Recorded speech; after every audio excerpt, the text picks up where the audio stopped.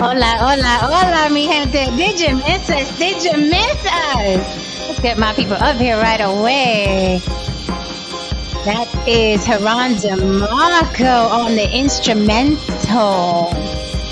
We got to cut it off because we got to get this party started.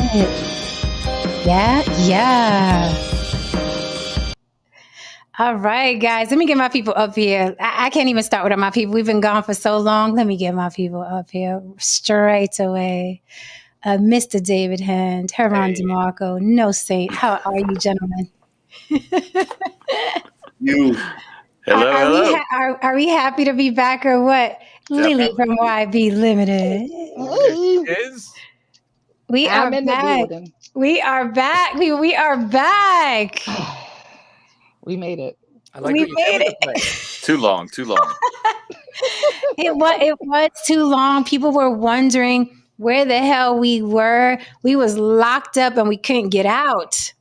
Okay. We were locked. We were trying to, service the people. Pause.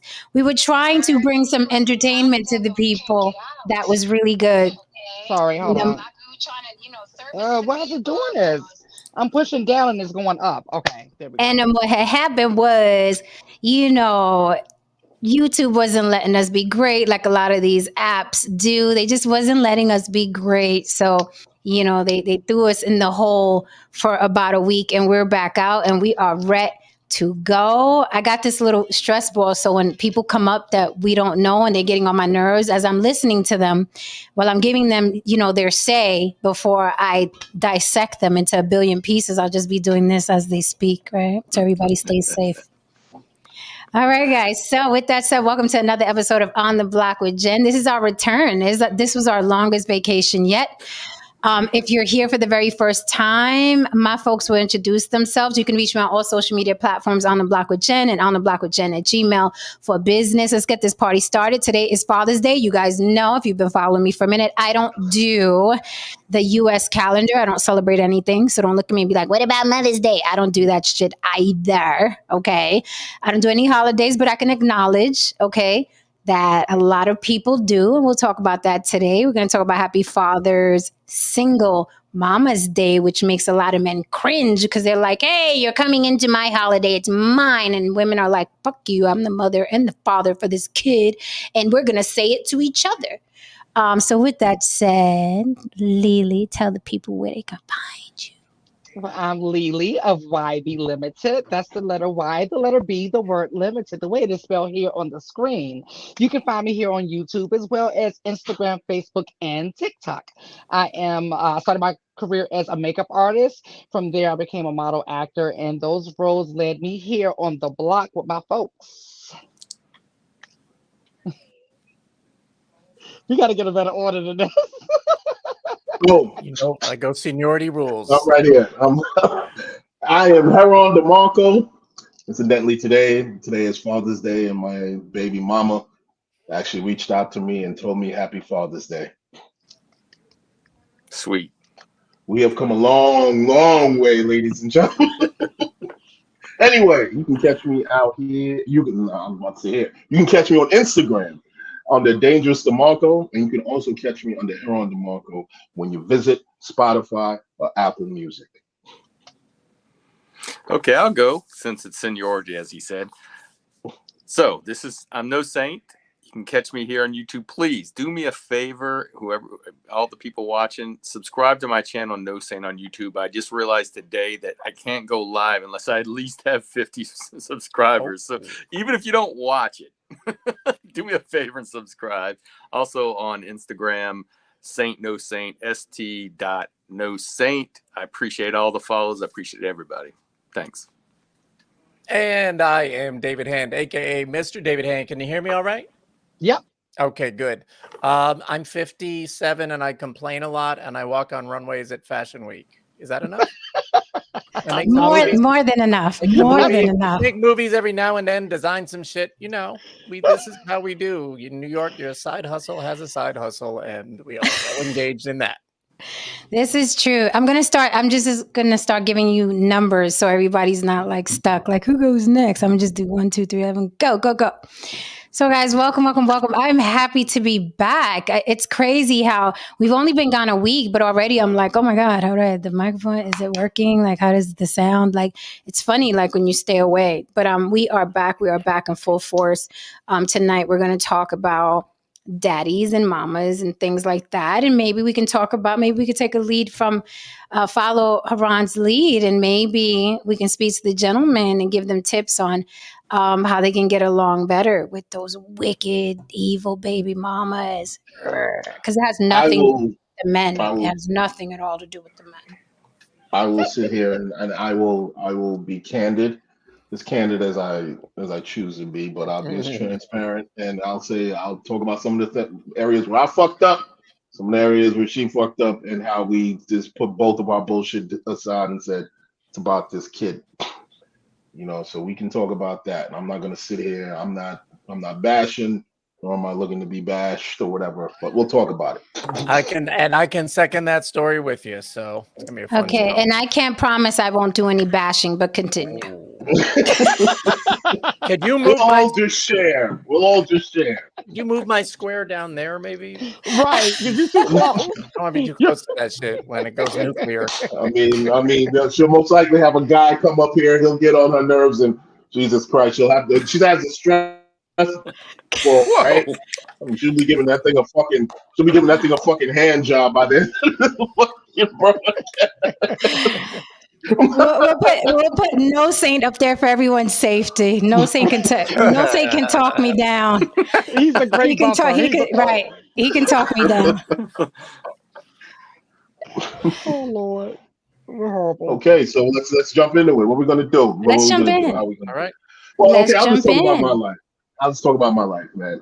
You said, well, let's be specific. You said what you did wrong and what she did wrong, although it's going to be what you think she did wrong because she's not here. So she may say that wasn't wrong. Well, you know what? I'll say what I thought she got wrong. Thank you. Let's continue. Oh, we're already snipping. All right. We didn't even have the kid. Oh, you don't have to. That's not required. Not at all. For punishment. Not at all. Anyway, I'll speak on what I did. Yes. There's, I had some very, I'll say it like this. I put a lot of pressure on myself to do certain things. And with that, one of the reasons why our relationship didn't work out is because I wasn't that emotionally available as I should have been. And there was a lot of signs during which, when she was pregnant, that I should have been more consoling. I should have been more supportive. I should have been a lot of things. And I didn't, because I was just concentrating on work. I was just concentrating on basically feeding my family. I was concentrating on all those things. So that created some sort of a rift. Now, going into it, I'll be very frank. There came a time where I just didn't want to be in a relationship with her anymore. But I stayed for the job. Why? Why didn't you want to be in a relationship with her anymore? I didn't want to be in a relationship with anyone, period. Oh, just in general. Yeah, just in general. I was just like, this fucking monogamy shit sucks. But this goes back to our, if you guys missed we had an amazing conversation last night about lust versus love on Instagram, On the Block with Jen on Instagram. And a lot of people tell you to go elsewhere to watch it, but I'm telling you, if you've ever questioned love and lust and relationships, that was a really, really good show. I'll bring it over here. I'll put it up here somewhere, but it's a really, really in-depth look at lust and love. But it's reminiscent of that, Haran, because you're like, here you are. After, I'm sure when you met her, it was fireworks. Oh, absolutely. And then you get together, you have this child, and then people change. You decided, I don't want to be in a relationship, not only with you, but not with anybody. And now there's a child, right? Mm-hmm. And that is what I spoke about yesterday. Mm-hmm. Mm-hmm. And I didn't want to be in a relationship, but I didn't want to leave because, I didn't want to. I always promised myself that I would never abandon my family like my dad skipped out. I just wouldn't make the same mistake. So I stayed, and in hindsight, would I do it again? Yeah. Would I go through that hell again? Yeah, because it was just that fucking important to be in the kid's life for at least the first, 5 to 6 years. It was just that important. But if you could do it again, would Would I you go have with her? would you have worn a condom to prevent pregnancy if you could do it again? Ma'am, if I could do it again, I would have worn a condom many a time in my life. Well, thank you for the honesty. That's what we love here. Thank you It would for have the saved me a honesty. number of scares, a number of less doctor's visits. I would have worn a condom a number of times. Thank you for the honesty. Thank you for the honesty. So But, you guys are yeah, good go ahead. now, though. You guys are good No, now. we're good. We're good now. We had to get over a lot of things. We had to move across, but I had to, at the end of it, I said to myself, you know what? Whatever she's doing, I will give her this. She never dragged me to court. We figured out our own agreement, stuck by it. I made sure that my kid got whatever she needed. Nothing was ever too big. I spoiled the shit out of my daughter. You know what I mean? She never talked bad about my daughter to me, about me to my daughter. Never has. She was never that. Whatever beef we had, we always kept it between each other. It never spilled over to the fucking kid. And I will give her that, because a lot of men can't say that. And we Sounds are like here a good today. We are here today because we both kind of kept it in a certain place, and we kind of got over certain things. Sounds like a good woman. Sounds like a good, smart woman. Again, that's why. I'm a pretty decent guy too now. God You damn are. it! Like, you Yeah. know what I mean? You are. We're domesticating you. It's taking a little while. We're domesticating you. We're almost there. Like the Almost fourth person housebroken. who said that to me. You're like the fourth woman who's ever said that to me. It's like, you We're need to be getting there. domesticated. Like, my what God. does that mean? We're What does that getting there. mean? We are It's getting there. happening. We are getting there. So, I guess I mean I got a baby daddy, but mine is so like shit is ancient. My baby girl's 30 years old now. So she's at the age where I don't have to speak to my baby daddy at all, right? For any reason whatsoever. But we were in and out, on and off, like after she was maybe around 5 or 6. And I was like, oh, I just don't want to argue with you anymore in front of her. Just don't want to do it. I don't want to expose her to this. And he was one of those guys that we met very young. I was 16 years old. And then I was with him from the age of 16 to 13 years later. So you're thinking my teens and then my 20s. I mean, if you think you're going to have the same girl at 16, and, I hit corporate America and I got my little suits on and I'm downtown and guys are corporate and women are corporate and, and then I just changed. And speaking about relationships, he was one of those people that panicked when he saw me change. And here's the thing, I had in my head, because I was young, so I had that body count thing in my head. He would have won me and stayed with me by default, because in my head I was thinking, I'm only supposed to be with one man ever. So I had that in my mind. So had he just been, a non-asshole and not panicked, we could have, probably could have been together longer. But what happened was I started changing. I wanted to be an entertainer, and he panicked. So as many men do, he tried to, give me low self-esteem and bring me down and diminish my light. And it's like, just saying the average shit, like, oh, you're gonna go to Hollywood, you're gonna end up on drugs, you're gonna be sitting somewhere doing cocaine, I was like, motherfucker, I don't even smoke and you got me doing coke? Like, relax. Okay, don't, and he was like, who's that guy? He kind of panicked, right? Where again, this is why some relationships don't have longevity, is because you have to flow with the person growing, right? And instead of flowing, like, even though it's scary when you see someone changing from the person you met, it is fucking scary, because you're like, oh my God, are you going to change and leave me? You can't panic. You got to flow, right? And see what happens. And people are going to do what the fuck they're going to do anyway. So we were in and out. So we had broke up for good. And then we probably smashed a couple times in between, that whole baby mama thing. Like, oh, you're not with anybody. I'm not with anybody. It's been 3, 4, 5 years. Why not? Let's get a smash in. Unfortunately for him, he thought the smash was like, oh, we're back together. And I'm like, no, honey, no, not for me. Mama right. was So just then hungry. right. It was just like, so we would go through that.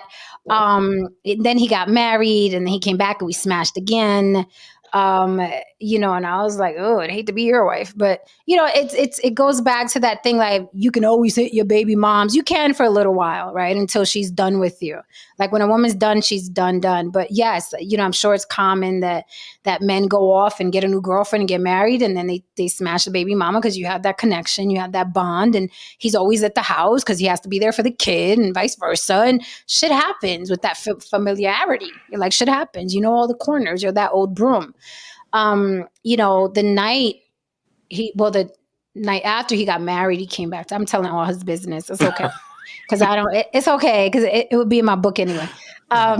So he came back and he was saying, that he regretted getting married and he wanted his family back. He wanted to be with me. And I was like, honey, go home. Like, go home. Because, I was already at that point where it's like, whatever we broke up for the 256 times prior, we're going to break up the 257th time. You and I just do not mesh. And it is okay because we're going to raise this little girl. But, we got along enough to where I never dragged him to court for child support either. He did what he had to do. He was a good dad. They're twins. She looks just like him. And then we finally, a couple years back, completely moved on, because he's one of those people that, how someone breaks up with you and then they resent you for the rest of your life. Like, they never kind of get over it, even when they move on with somebody new. It's like you're that thorn in their side, that reminder. So the last time we got into it, and I'm like, motherfucker, my baby like 26 years old now. We're talking, shut the fuck up. Like, I don't even have to talk to you. I was trying to be nice to keep a family rapport, but I'm like, I don't ever have to speak to you ever again. And then I blocked them and shit on text and all that. I'm like, she's 20 something now. Now you really fucked up because I don't have to talk to you at all. So that was my story. So we had the baby mama, baby daddy drama for a while. And when she was young, it was like, who you having her around? The full ghetto fucking buffet. What the fuck is that bitch talking about? Don't have nobody by my daughter. He was like, what the fuck that with my daughter? Why you got my daughter, man? And we went through that whole gamut. And the fucking money. We went through all that shit. It was a lot. And then you just grow up and you're like, dude, like, this is dumb. She's in her late 20s. What the fuck are we doing? But we did smash late, though. Like, that is late. No, we smashed late. It was late. Like, usually smash like the first 10 years. There's still that window. But no, my daughter was, sorry to his wife, but well into, sorry. He didn't really cheat. I'm his baby mama. Doesn't count. Right. So late. Wait, what happened? Wait, what happened? Like, that went to the rule book. Right. We'll revisit that after you're done. We'll revisit that. Yeah, but that's in the Bible. It's the Book of Jen. Is it?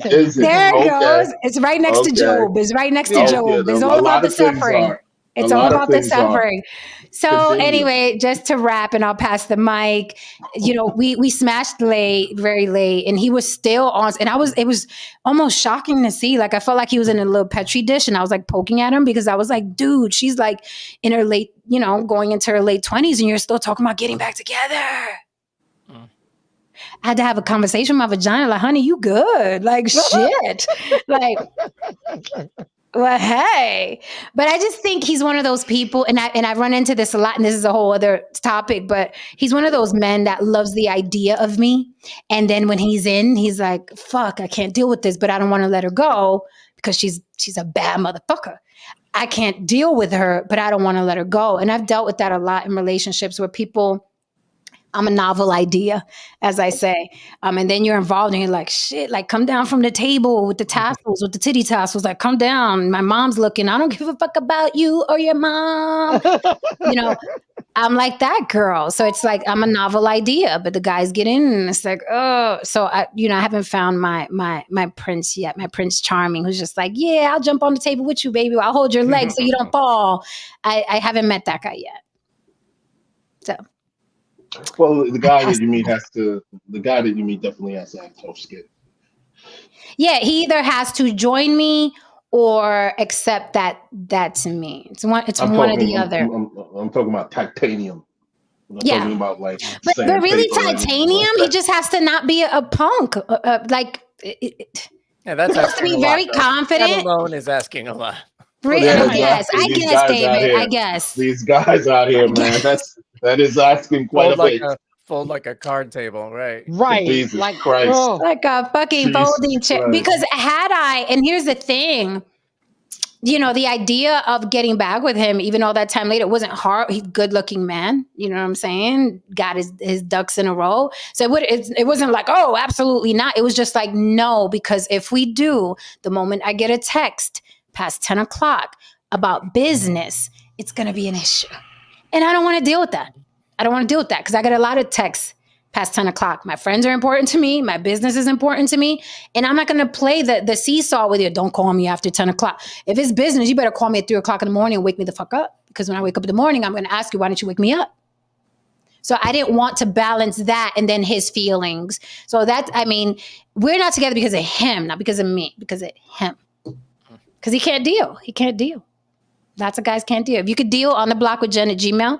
If you could really deal, don't blow smoke up my ass. If you can really deal. But I'm single. Well, a lot of dudes, That's what I mean, funny. when they get a hot chick, they like to lock her in a closet. This is serious. Oh my God, it's just They like to tie her up and lock her in a fucking closet, and it's like some Rapunzel shit. You know what I mean? They're like lock her away in a fucking tower. And the opposite of what you should do, that's what he called "don't hug the bunny." You know what I mean? Right.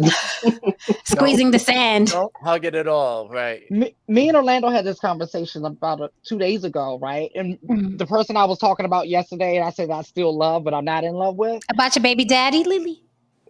Might as well been, because we had his damn kids and all that other stuff. Might as well been. But that was the issue. That I said we would probably still be together today if he would have just let me be me and not demonize me for having ambition and drive. That was all what. Let me write that down, because that's gonna have to be a fucking topic, Lily.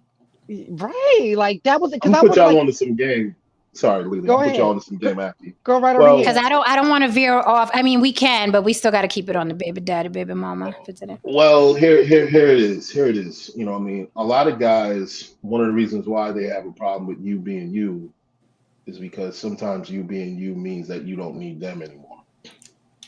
And that is what I picked up on. I felt like he was afraid that I was no longer going to need him, when that thought and that idea never went through my mind, because I was perfectly okay there. Perfectly okay. I had really accepted flaws and all, right?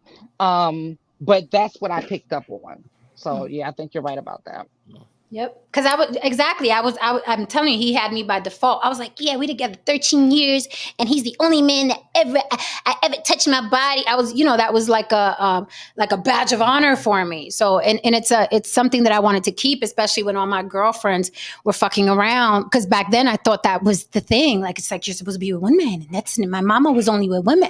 But I was like, so he fucked up, because I wasn't even thinking that. I wasn't even thinking like, oh, I'm gonna better deal him when I get to Hollywood. I was like, I'm good. I'm good with you. Right. As a matter of fact, I didn't want to meet new people when I got to Hollywood. I was like, I don't want them, but I want the same person I came up with, because once you get to Hollywood, they want something from you other than just like to know you as a person, right? You become a commodity. You become, So it was just, I was like, let me bring the same friends, the same family, and the same man. Like, let's do that. So word of advice: don't panic, y'all. Y'all panic. Men panic. You don't panic until she's, until you see a sign. Like, don't fucking panic. Y'all be so fucking paranoid. Don't panic. Panic betrays your whole confidence game. So Right. don't do it. Haran, like, your story is so similar to mine. My son's mother and I were dating, for about a year when she got pregnant, and lasted about a year after that. And, ultimately there would have been a significant problem with the construct of our relationship, what with my team change that occurred shortly thereafter. Not the team change. You switched your jersey. I sure did. These Took things your- happen. I Took your just- talents to Miami. I took that red pill. That's exactly what I did. So ultimately that wouldn't have lasted. But you know, when it did all fall apart, we made a pact, and we said we are never going to let courts or lawyers tell us how we're going to raise this child. And you really got to trust someone for that. And I got lucky. Like she said, "Happy Father's Day today too." By the way, our son is 24 now. But I got really lucky, and it was really word of honor level shit, right? And so, and her, you know, her family, lots of educators. She's got an aunt who's a law professor who they thought we were out of our minds. But we did it, you know, that's all I can say. She wound up wanting to continue her education and asked me to take the lion's share of the parenting early on. And then she just kept getting more degrees than a thermometer. So my son wound up being with me. I think I was single dadding for somewhere around 7 years before I met my ex-hub. And then it was the two of us, you know, raising the young man in our house. Mom was nearby, always involved in everything like that. Well, now that a relationship has also gone to shit, but you know, that's how life is. But Sonny Boy is, you know, he's great. And really, you know, benefited from having all of those people who were really committed to him raising him, you know what I mean? Right. And this whole, I remember too, like early on, the first time she called me to say, "Hey, I'm supposed to have him on Friday, but something came up and I can't." And I objected. And it got into a little tussle on the phone. We got off the phone, and my conscience just immediately beat my ass. My conscience immediately said, "What the fuck do you have to do that's more important than taking care of your son?" And I called her back immediately. I said, "Yo, I'm sorry. I don't know what I was thinking. Bring him over, you know, let's go." And that's the only time we ever had a speed bump. It was on me. And, you know, for 24 years, you know, going, it's been smooth sailing. Let me ask you something, David, just out of sheer curiosity. Were you always bisexual, or did you have to sit her down and be like, "Honey, I'm gay"? And then she started crying. And she's like, "No, I knew it. My panties were missing. My You panties." did a whole scene in your head. I swear you're a writer. You did a whole scene. Lily, you know, I'm sitting here and I'm constantly writing in my head. I'm like Gen GPT.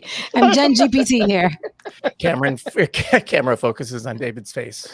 Right. He thinks of the words to say to her. So, you know, my Tell whole us, story, David, what Tell us, happened? David. now it's a real hot seat. My whole story is that I always knew I wasn't straight. Okay. But by the time, you know, I was starting to really, the beginnings of coming to terms with, you know, who I was, sexuality wise, when she and I got together. And she was the first woman that I confessed to on the front end. I said, "Yo, I have history with men."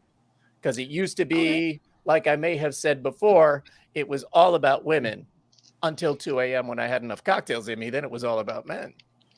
And then, but so I told her that, you know, I said, I have history with men. And she said, "As long as, you know, when you're with me, you're with me." And I said, "You know, I can dig that." She's understand. Where the hell did she grow up? is She a understanding unicorn. as She fuck. grew up where Lily is. She's from East New York. I mean, there's people like that, Jay. A white woman? Is she white? No. Black? Yeah. Holy fuck. No wonder you got so much swag. You like chocolate. I ain't never seen David with a piece of vanilla since I've known him. No wonder this motherfucker. This one. Hey, One moment. The plot thickens. Go on, David. well, you know, there have been some white men, but they have to present their visa, their American Express first, and then we're Right. fine. But Okay. You don't show them off. just kidding. There's never been white men, but I'm about to say, I ain't never seen. Sucks for you, no saint. Wah, wah. So yeah, it was really just I got super lucky in finding, you know, a literal Yeah. saint of a woman, and you know, and our families got along. We still do. Her parents used to come to me and my ex-husband's place for holidays all the time, and you know, it was just we all get along. That is Me, beautiful. I'll me and the never guy be was that grown. Yeah, me and the guy that I was talking to, me and his son's mother got along famously. It was the first time we met though, and they were high school sweethearts. The first Woo. time we met, I was so nervous. It was at a family cookout. So I'm like, this is my first time meeting the family. She was closer to, and still is closer to his family than he is, right? So like she's all up in the mix, right? And I met this That's a family. lot. It's a lot. I'm at this cookout. I'm the lone wolf, and I'm thinking I'm about to get jumped, right? And she must have known or picked up that I felt that way. And she walked over to me like the music was playing. It was a nice size backyard. She walked up dancing and she grabbed me for a dance. And that's how we started off and spent Wow. holidays Jen's together. face. And yeah, like it was, and we got along good. We never Who are okay. these people? But Who I are will these say people? this. We did have They're one out here, hiccup. Jen. They're out here. There's a lot of people out here like that, but I will say this: we had one hiccup. And I totally understood this hiccup. Okay, so they had grandkids. They had like 5 grandkids. The grandkids used to spend a lot of time at our house. I'm the fun one, okay? Like, let's just put it out there. I'm fun. Kids love to hang out with me, right? So that's how we do, right? And they're the grandparents, you know. So like, my job was to be the fun one, right? So one of the grandkids had a track and field game, and so everyone's there. It's like, you know, me, and then the grandmama's there, and you know, all is well. And well, they got there before we did. So when they got there, the kids was all sit like, you know, perched up like good little kids and stuff. And then when I sat down, they was like, "Oh, party over here, you know." And so they come like rushing over to me, and I'm so uncomfortable because that's her grandkids, you know, but they're showing me a lot of attention. And I know why, because I'm the fun one, right? That's all it is. It's not that they love me more or like me better. It's just Yeah, that kids I'm are the kids. They're gonna go where the party is. right. There was just a party over here, and I can sense. I saw her body language. It was so awkward, right? So I'm kind of like doing this with the kids, trying to get them off of me, right? I'm like doing this, like trying to like, and I'm looking at him like, get these damn kids off me. So she just out of nowhere, like she's just sitting there like this, like stone face, looking straight ahead at the game. But the energy and the body language, you can feel it, and she just pops up out of nowhere. She goes, "I'm leaving." She goes, "My son to bring my stuff to the no." She says, "I'm leaving." He says, "Do you want me to help you bring your stuff to the car?" She said, "My son to bring it to my house," and she just jet off. And I was just like, and then he gonna turn, look at me, and goes, "Awkward." I'm like, "Motherfucker, it wouldn't have happened if you would have got these kids away from me." Like, because I don't get a pleasure off of that. I don't get pleasure off of like, "Oh, look, they want to hang with me." No. Oh, Go hang some with your people grandma. do. Some I'm people not. do. I want to keep the peace. I want to keep the peace. Go hang with your Right. grandma. I see you when you come over to play. Like that, we're not doing that. Nope. People are weird. Yeah. They do. I've seen that happen in my Oh, family where I was like, how is that a fucking, what are you doing? Yeah, that's not a flex. That's not cool. Right? Exactly. Especially because kids are kids. They're going to go where the party is. They don't care. That's all. You got a party? I'm in there. Yes. Yep. And I represent party. And- Like we, you know. and Jen, to answer your question earlier, would I wear a condom? No, I would have just attempted to be a better boyfriend. Well, clean up aisle 6. Nice, Haran. Those classes have been working, right? Yeah, you see? What did I say? We're not done with them yet. We're on wait. Circle back on Haran a year from now. I'll never be Him- marriage material though. Him and No Saint are going to be in competition. They'll be like, no, don't say that like that, Jen. Give him another shot. Let's hear her out. Maybe she's not a bitch all the time. Give her another shot, Jen. One No Saint is enough. It's all I could take. Right. We can only All have right, one saint on the block. Oh no, I have my limits. I have my limits. So overall, I mean, okay, so here's the thing when you have kids with people, and I've said this with nature. nature is a drug dealer. Okay, nature is a fucking drug dealer. All right, you know, when you meet a person that fits your fancy and so on and so forth, you're just drowning in all of these wild and weird chemicals. Anything to keep your logic centers from being off, just enough for you to just roll around in the hay and the mud with this person, and basically do what you need to do in order to make sure more human beings come into this world. Then after a while, after the high is over, after everything is over, you look to the side and you say, I can't stand this son of a bitch. Why am I here? But but you hear the pitter patter of a fucking rattle on the fucking door when you say that to yourself, and then you see the little person in your eyes going, and you're just like, okay, I guess I just gotta do this fucking thing, you know what I mean, and so on and so forth. And you do this, and it's this weird thing happens. You know, you love the kid or whatever, hopefully, you know what I mean, but you just can't let go of the resentment. You know what I mean? And after a while, the resentments become so thick and so wide and so meaty and so ferocious, you don't even know who you resent even more.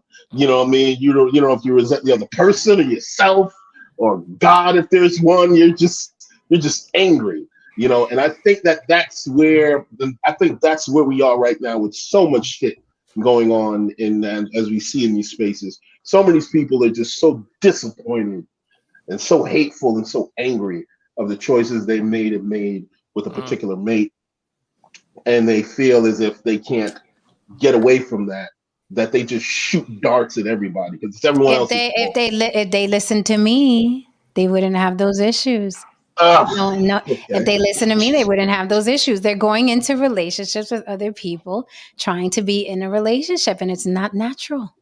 It's not natural. Sex makes babies. Sex makes babies. People like having sex. They don't necessarily want to have babies. This is true. So, what's up, Kyrie? How are you, darling?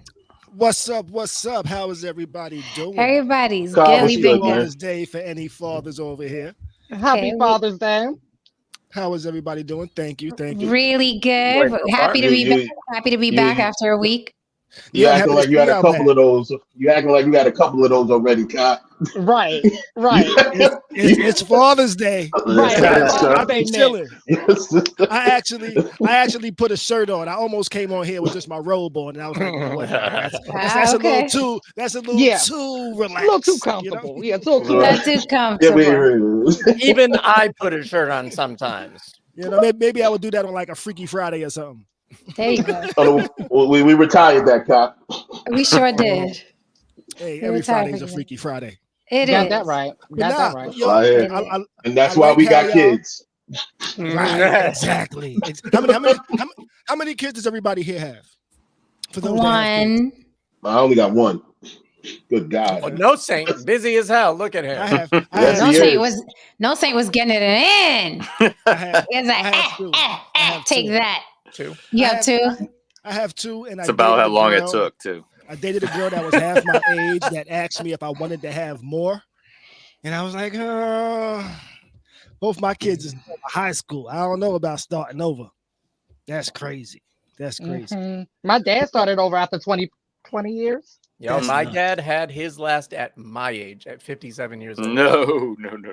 Yeah. I don't know why people do that. That's why we got so many little Down syndrome babies running around. Stop doing that. I'm 25 years older than my brother. I'm not personally. This is one of the reasons why I don't date younger women. Like I'm dating 45 and up. Fuck Hell that. yeah. They're fertile because they're fertile. I need you this close to the change, or you done experienced the change already. Because I don't, man. We ain't doing the kid thing, man. I need you. You done went through it, or you about to go through it, baby. You need a hot little thing that's close to it. That's it. Hot little thing that's close to it, or done been through it. That's what you need to do. And we're out here, honey. That's the best birth control, by the way. That's the best birth control, by the way. If you don't like to use condoms. Oh my goodness! So did y'all already speak about what everybody got for their Father's Day or not? Oh no, we didn't. No, I don't celebrate Father's Day. I'm just doing this for the fellas that do. So I'm out of that conversation. So if you guys, To be very frank with you, I'm not into gifts, man. You're not into gifts? Oh. I'm not really into gifts. I'm the kind of guy who just like. The funny thing with me, I buy gifts for people, but Yeah. I'm not into gifts. You know what I mean, myself, because one of my main things is that I don't want you getting a gift for me, because more likely you're gonna get some shit that I'm gonna just look at you and be like, did you really think I would? How many kids are in the chat? Guys, throw in the chat how many Like children seriously, because most you people do all not know how have. to That's very shop true. for me. You know what I mean? Most people they keep it very cliche or simple. Like a couple of motherfuckers went to go get some Prince memorabilia and be like, oh yeah, thanks. Let me throw it in with the rest of the fucking Prince memorabilia. Everybody else fucking gets it because it's the safest Yeah. fucking thing to get. I think cologne is a decent gift, but the best gift If it's for good me, cologne. for me, That's good what I'm cologne. saying. Card. Yeah, Yeah, good if cologne. it's not from like, CVS. No, I'm talking about the good stuff. I'm talking about the good stuff. Not from CBS. The best gift I ever got, obviously, was from my mom because she sent me to Europe. So travel is always a good gift. Yeah, But that's a good gift. yeah. But everything else, like you're saying, Haran, I mean, I buy my own electronics. That's what I like. Yeah. Electronics. Yeah. And Yeah. everything. Like One of my boys and I did- feel bad Yeah. because like I've gotten, and man, I was so tone deaf. So when I went over to see Erica, this is when we were first seeing each other, and I went over to Spain to see her. And, you know, people tend to give you things that they like. You know what I mean? I mean, that they so she gave me like a teddy bear and something else. I'm like, oh, thank you. We got to the car and I threw it in the trunk. And she doesn't forget anything. Where he belongs in the trunk. Baby seat. Get up. On it Latin. Don't give me Jesus. any stuffed animals. Don't give me the ones that come in the cup with that dry ass rose. damn Don't do cup. it. That Don't damn do it. cup. I I'm like also gift like- cards or money. I know too many people, so I have a hard policy with my friends. I do not exchange gifts. I don't show up at brunch with gifts. None of that. I buy gifts for my son maybe, and that's about it. He got me a phone call. Okay. But Yeah, I I really think that Father's Day is the least really celebrated holiday of any holiday, and I Speak don't. on it. Speak on it, It is. Dad. I'm like I don't. It doesn't faze me one bit. Like my nobody got me anything today. I wasn't expecting anything today. I don't really. It's not that I don't celebrate it, but it just was never a big deal. You know, Father's Day was Oh never. God, I'm gonna bake you guys a cake in Vegas. we used to make a big deal about it because we were two guys, right? So we would make a big deal about it. We'd rent one year we rented a Mustang convertible and took our son down to a Six Flags with a friend of his, and that kind of stuff. So we intentionally made a big deal out of it because it was a 2 male parent household. But I think you're right. And then I know, Jen, you're going to get into the whole co-opting discussion, but I take offense when people say Happy Mother's Day to me because I was a single dad for a certain time. I'm like, yeah, my holiday's in June. We can talk about it then. Yeah. Okay, so let's get into it. Why do men give a flying fuck when girls tell other girls Happy Father's Day, girl? Like, what's it to you? Who gives a fuck what these women are saying? It's a big deal online. Oh, look at I've seen memes already. Oh, look at the Yes. mothers lining up. Did you see the one with the female superheroes? And it was like, here they come to claim Father's Day. I'm like, why do you care? If you're a good dad, like, I why do saw you care? one that said, all the ladies about to shit on their daddies, be mad at yourself because you're the one that slept with them. Yeah, see that? Yeah, that's what happened. That's what happens on Father's Day. We can't just keep it simple. Now, me Can't just personally, be Father's Day. I Not don't an have a opinion. problem with it. I don't have a problem with the statement, but then I'd be like, but you do have a father. The child does have a father that you don't let see. You talk about it all the time online on how you let the child see the father. Then you talk about he ain't shit. But from what I can see you posting, not you, but you know what I'm saying, just people, a lot of people, they'll post how they don't let their baby's father see the child because they're angry, because they're bitter, because they don't pay child support, or for whatever reason. And I just Well, be like, I'll say this: it's a fight. Of course, it's a fight, but there's absolutely zero excuse for a man not to see his kid. You got a court I agree. system. I mean, there's just no. I know guys personally, yeah, in my family who didn't see their kid for like 18 fucking years, and I'm like, there's no excuse, especially No, there if you're not some dude on the street without means. This guy's he had means. He had a great job. He could have went to court and been like, that bitch is crazy. She's not letting me see my daughter. What can I do about it? Like Right. there's really no Absolutely. excuse. There's no that bitch crazy. I ain't going over there. There's zero that I can't give men a pass on. I cannot.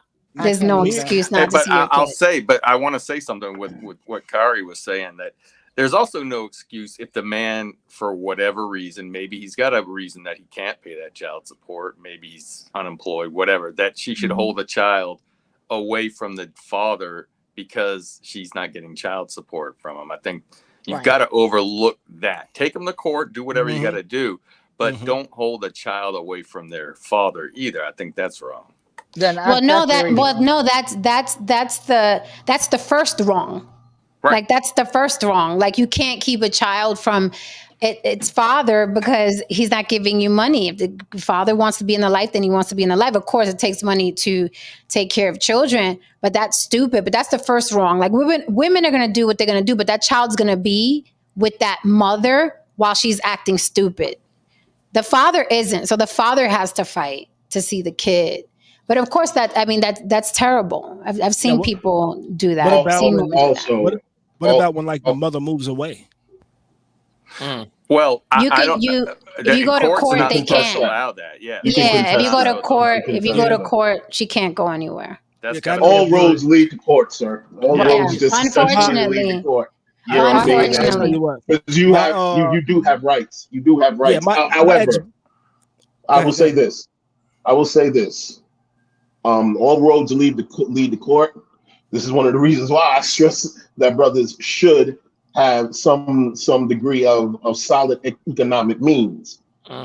You know what I mean? If you over here struggling, you can barely wipe your own ass and buy your own fucking food. You can't be up in court fighting for your kids because you have no Right. money. And when you sit down, when you're living in a capitalist society, this is just the nuts and bolts of it. If you have no money, you are food. Period. In any Right. given situation, okay, you are vulnerable. That is the reality of it. So you have to make solid decisions. I will also say this though. Some women have to be cool with the idea also of the men, even though they take care of their children. I've seen this. They take care of their children. They do what they need to do. But if they catch wind of this guy getting on with his life, he may be in a Maserati with a hot chick or whatever. Or maybe he's in Las Vegas with a Latino on his neck. You know what I mean? Shaking some champagne and shit like that. This way, Haran, this way.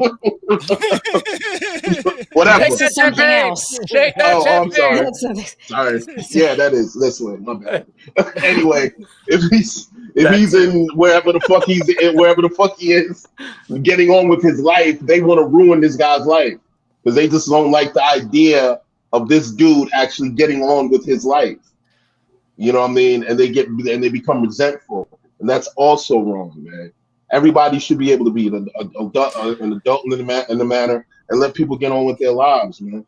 It's you just have to you have to be smart. Like, and don't be in a Maserati with a Latina with the champagne if you're not paid up on child support. Yeah, Right. if you- That's the Because other half. I would make your life a living hell. That's the default. That's the automatic. Like, oh, so you could be in a Maserati with that chick over there, but you're late on child support? No, sir. Watch this.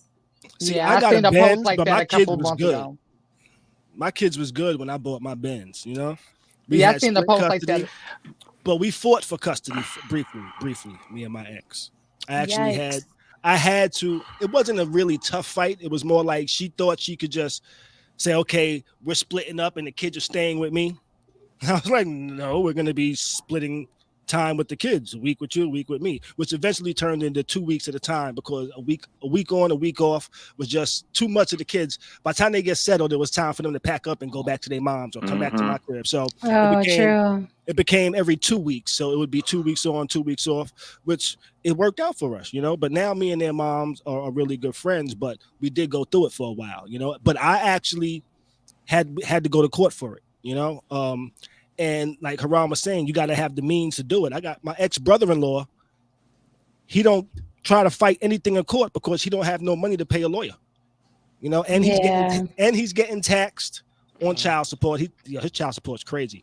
But when I say his child support is crazy, but he doesn't have the best job. He works like in a call center doing like collections and shit like that, so. And let me say, are never commensurate with what you make, by the way. So another reason why, if you're broke, use those few dollars to buy some condoms. That's what I was about to say, David. Yeah, that's exactly what I was going to say. If you can't afford certain things, like if you can't afford like certain things before a child gets there, and then you want to add on a child, like let's just say all goes right between you and the parent, it's still gonna be expensive as hell. If all goes wrong with you and the parent, you really fuck. Like you fuck. Because if you get put on child support and you lose your job and you fall behind, they're throwing you in jail. And while you're in jail, the cost is still going up. That's why I know people who are in their 50s still paying for children that are 35 years old because of back child support that they still haven't caught up on. It's like student loan. Let me acknowledge this super chat. Thank you so much for the super chat. Louis Kanye says, nobody cares about dads. We are just sacrificial lambs for the system. Damn. They don't. Hey, I was in the store the other day and I was like, you know what? When I came in here the day before Mother's Day, there was balloons everywhere. There was cakes everywhere. I went into Walmart the other day, yesterday actually. You know what there was? There was advertisements for July 4th. Oh. Yeah. No, you're right. I was gonna say, man. I saw okay, somebody. So, but let me ask this, those gentlemen.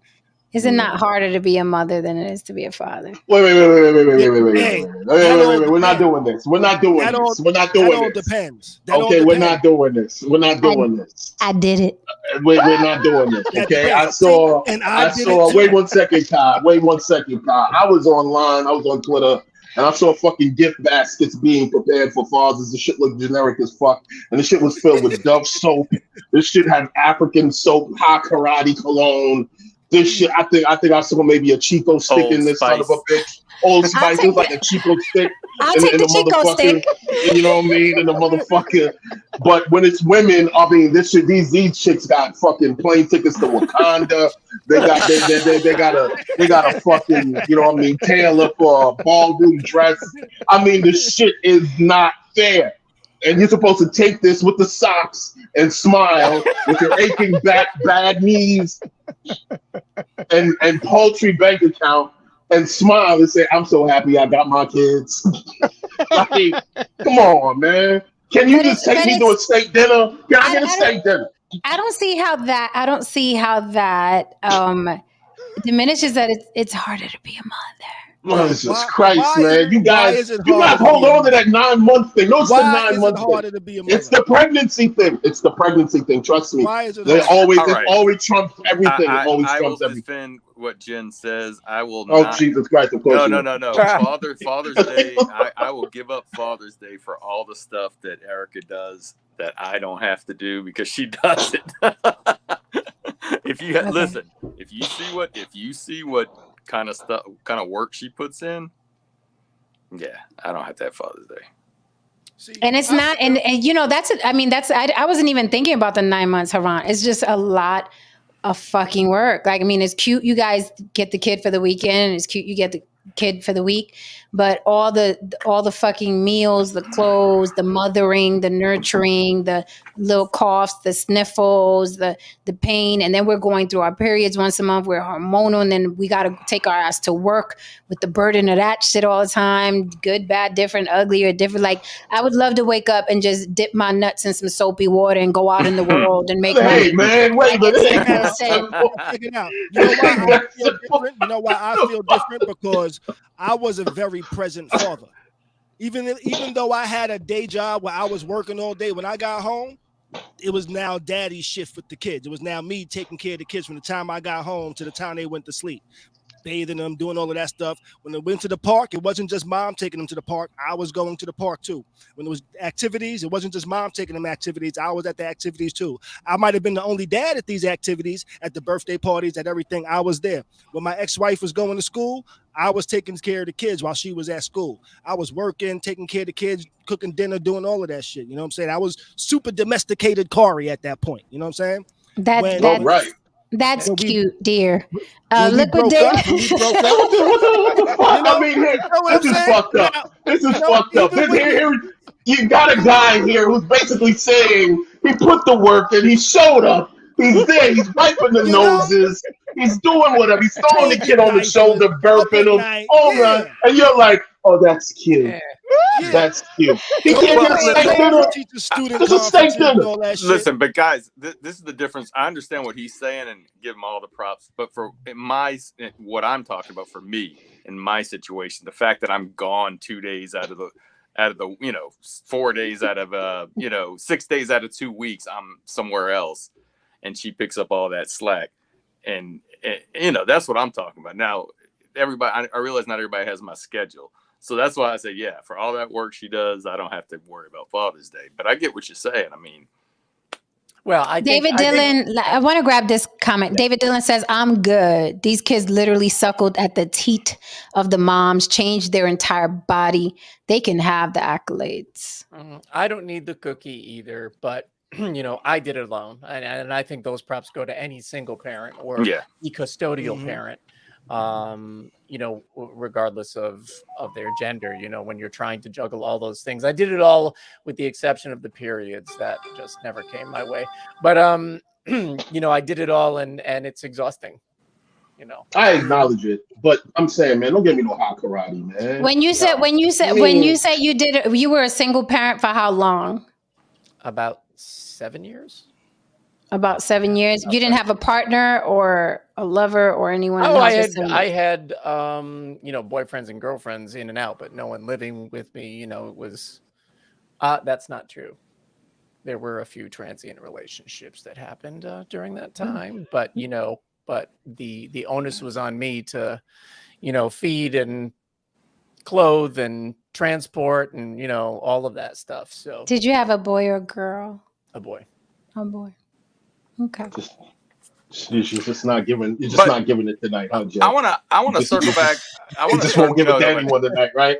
I wanna- Just say you be The damned. work men put in don't I want to matter. circle back on something that I heard I heard almost everybody's story here on the panel. And I just want to say that it just goes, everybody I heard talk about their significant other and the relationship they had with their child's parent shows me that there's some, I think there are good people. I think everybody on the panel, their partner was a decent person and they are decent people, because the fact that, Haran, you said you didn't have to go to court, and Jen, you worked it out, and then David as well. And David Smash as well. here or smash there. Yeah, well, despite not talking about the smash part, but I'm just talking about working it out with the kid and things like that, and David, you as well, because the other alternative would be you're fighting and you're going to court, and that is never a good thing for the kids,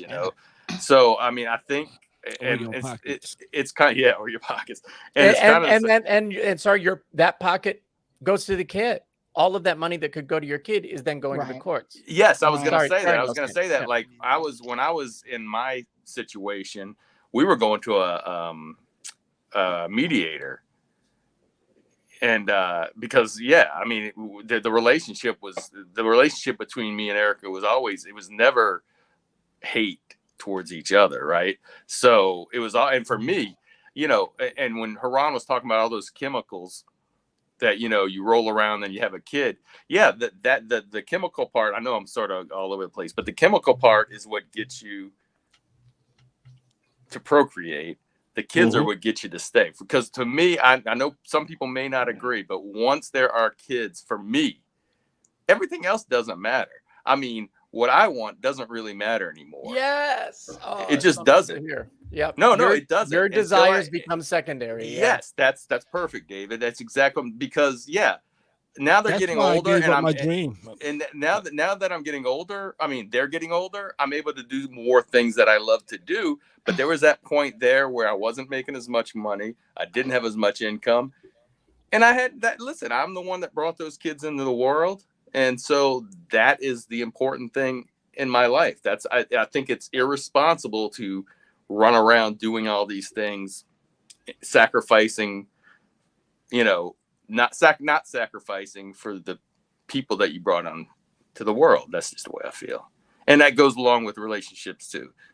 I'm Hey saying, kids, you came into my life, kid. I was already living this thing called life. Get with the program. I mean, kids. I agree. Sorry, Listen, sorry. I agree with you. I acknowledge it, and I lived it. Once you have a child, your world stops like that. yes, Okay, it fucking stops. It becomes the survival of that child, the well-being of that child, all the money goes to that child.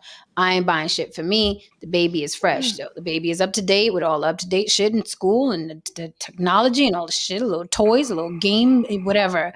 But I just would not recommend it. It's I don't know.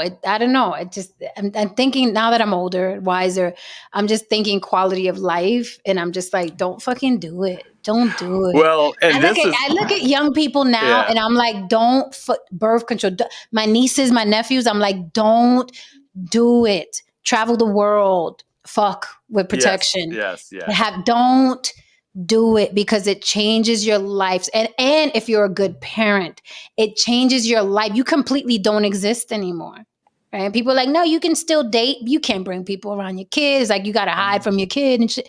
It's just it's just the quality of life sucks ass. But you hear all Overall- these younger But the people kids are saying, happy. I want The kids to are have happy. my kids in my 20s so that I'm not too tired to run around with. If you're too tired to run around with your kids in your 40s, fix your fucking diet. Like go to the gym.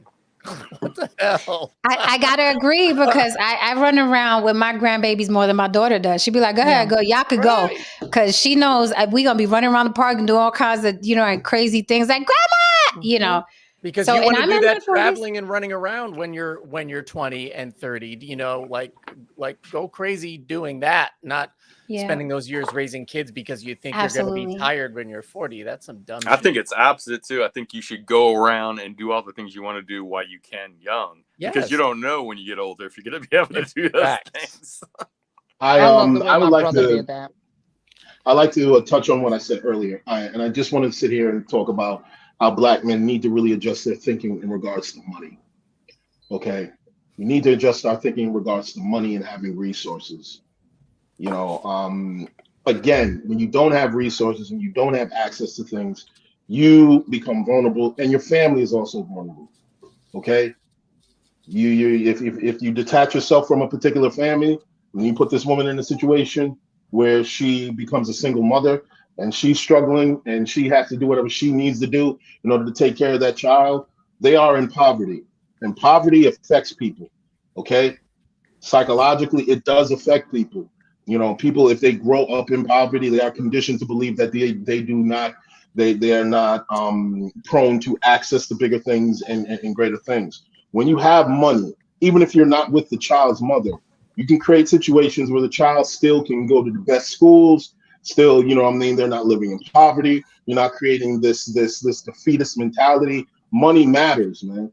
And when people come down on you for being a fucking bus driver, you want to attack motherfuckers, because guess what? You ain't gonna be able to have this life that you think you can have on a fucking bus driver salary. Or if you're happy as a bus driver, don't knock anybody up. You could live your best full Exactly. life on a bus driver Exactly. salary. You'll live your best Exactly. life. Where I don't care if you fry French fries at McDonald's, but don't be stupid and think that I want to do this and then have 2-3 kids. Yo, man, there's people out here making 6 figures pinching pennies. Right. Yeah, Both- millionaires both. pinching pennies. Yeah, pinching fucking pennies, man. So if you think that you can just, raise your 5 or 6 children on love alone, yeah, after a while, it's like, yeah, this love is cool, man. But I want access in the world. I want greater things, and a lot of the times we don't get access to things in the world, not because of racism, because we ain't got no fucking money, man. You Yeah. don't have the money to put your kid in piano class. You don't have the fucking money to put your kid. Look, listen, when you have money, you get around certain circles. And when you get Mm-hmm. around certain circles, you get shit done a lot quicker than a motherfucker who don't have money. You can get Yeah. the recommendation to Harvard, you can get the recommendation to Yale, you can get all kinds of recommendations. You can skip to the line. That's how these rich people take care of each other. It's not always about racism, man. It's about the fact that you just ain't got no fucking money. So, you I know think what's so that we funny? have to go ahead. Lynn. Oh, I was Go about to ahead. say I was watching the an interview today with David and Haran's favorite person. It was with Andrew Tate and Valuetainment, and this is actually what came up. They both said this. They were saying exactly what Haran just said. Like they realized that they had to make money, and they needed to be at a certain income bracket to protect their families from certain things. Right? They was like, my certain people won't have access to my family because I could put them behind a gate, because I could put them in a private school, because I could put them in these places. Oh, Like yes, I know it sounds whatever, but it's the reality. Like they both was like they felt that need to make a certain amount of money to protect their family from access from the commoners, right? From the Look, bullshit, from the listen, crazy shit. listen. These schools are fucked up, but it's the public schools that are mostly fucked up right now. Right. Hence why my kid's not going. She's mm. going to go to private. If I have to pay to make sure that she goes in a particular direction in life, then she goes. You know what I mean? If she comes out bougie, if she comes out what people you describe as anti-black, I don't give a fuck. I lived that life for her. I lived through poverty. I lived through pain. I lived through violence. I don't need to have my kids standing next to anywhere near that fucking shit. My kids went to public school, but I moved to a neighborhood. Kari, you don't know what It's that bell public school. means? Kari, Erase Kari, bill. Ring it again. Ring it again. He don't know what the bell. Don't roll up on screen, baby. Don't roll up on screen. You got to dead your camera for me. Thank you. So, all right, guys, race bell. And Haran was kind of veering in there, so I was like, let's jump in. Speaking about baby mamas, baby daddies, why is it, and I'm just asking general questions, anybody could jump in. Why is it in the Black community, it's spoken about as if the onus is always on the female or the women, right? And guys talk about it like they're detached from it, but I'm like, this is your community, you're in that community. So they blame women, right? Like it's like, oh, you single baby mothers, and y'all the reason the Black community is the state that it's in. Like the men completely detach themselves as if they're not a part of the community when they are a part of that community. And I personally don't like single baby mama. I call it father abandoned homes. I don't call it single baby mama homes. I call it father abandoned homes.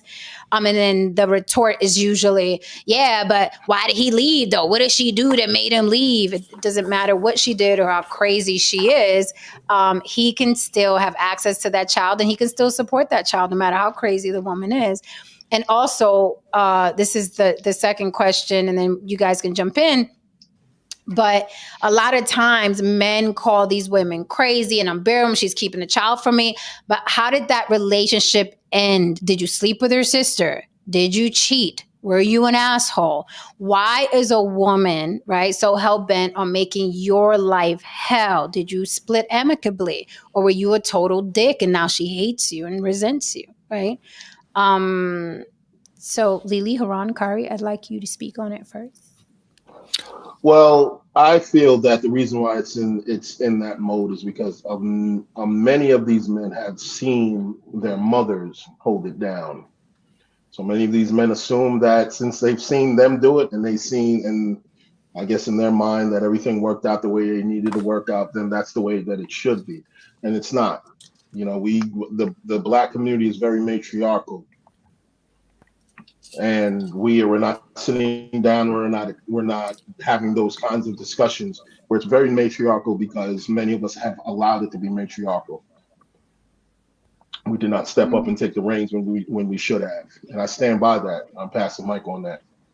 That's so true. Let me just jump in real quick. That's so true because we see a lot of the movies, whether it's Tyler Perry or the gospel plays or whatever, and it's always Big Mama, Big Mama's house, and I'm like, "Where's Big Papa? Where Big Papa at?"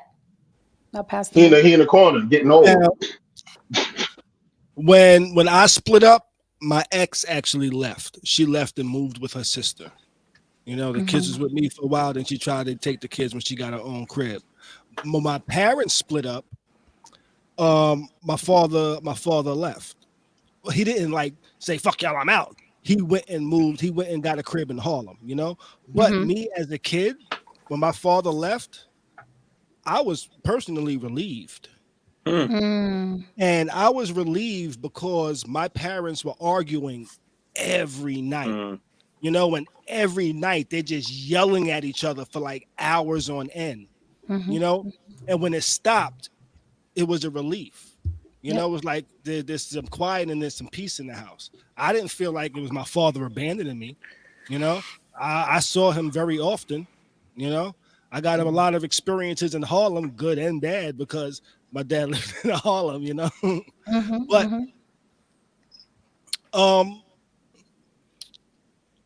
I think it's just like it's not necessarily abandonment in every situation, you know. And I just didn't like the term abandonment because not every father abandons just because they split up. Well, then we have to stop saying single baby mama homes because not every woman who's raising a child on her own chased the man off. Right, because I don't consider my ex a single mother. You know, I consider her a co-parent. You know, There we you go. both There co-parent. you go. 'Cause I don't There you consider go. myself a single Yes. father. We co-parent. Yeah. Yes. That's right. Yeah. I like that. I wish the people would use that term a little bit more instead of like the single parent, single, Yeah. baby mama. It's just like, if both parents are present in the child's life, then you're co-parenting, regardless of what. Yeah, I never understood that either. Biggie didn't die in Vegas. It was California. Somebody said. Yeah, Pac died in Vegas. Thank you for the super chat. Louis Conyers says Big Papa died working himself to death to get that house for Big Mama. Or maybe he's just making a reference of an old man that passed away, or the men that passed away from working hard. We're talking about Big Mama's house, or where is Big Papa? That's who they're talking right. about. Right. Okay, so what is that? Are black men expected to, or men expected to, work themselves to death in order to take care of their families? I think a lot of men are intimidated by the system, and for good reason. Because when you're talking to the fellas, you'll say that, the judge just sided with her, or the courts always side with the mother. These are the things that you hear when you're, when you're a dad and you're hearing about these horror stories, and those defenses cost money.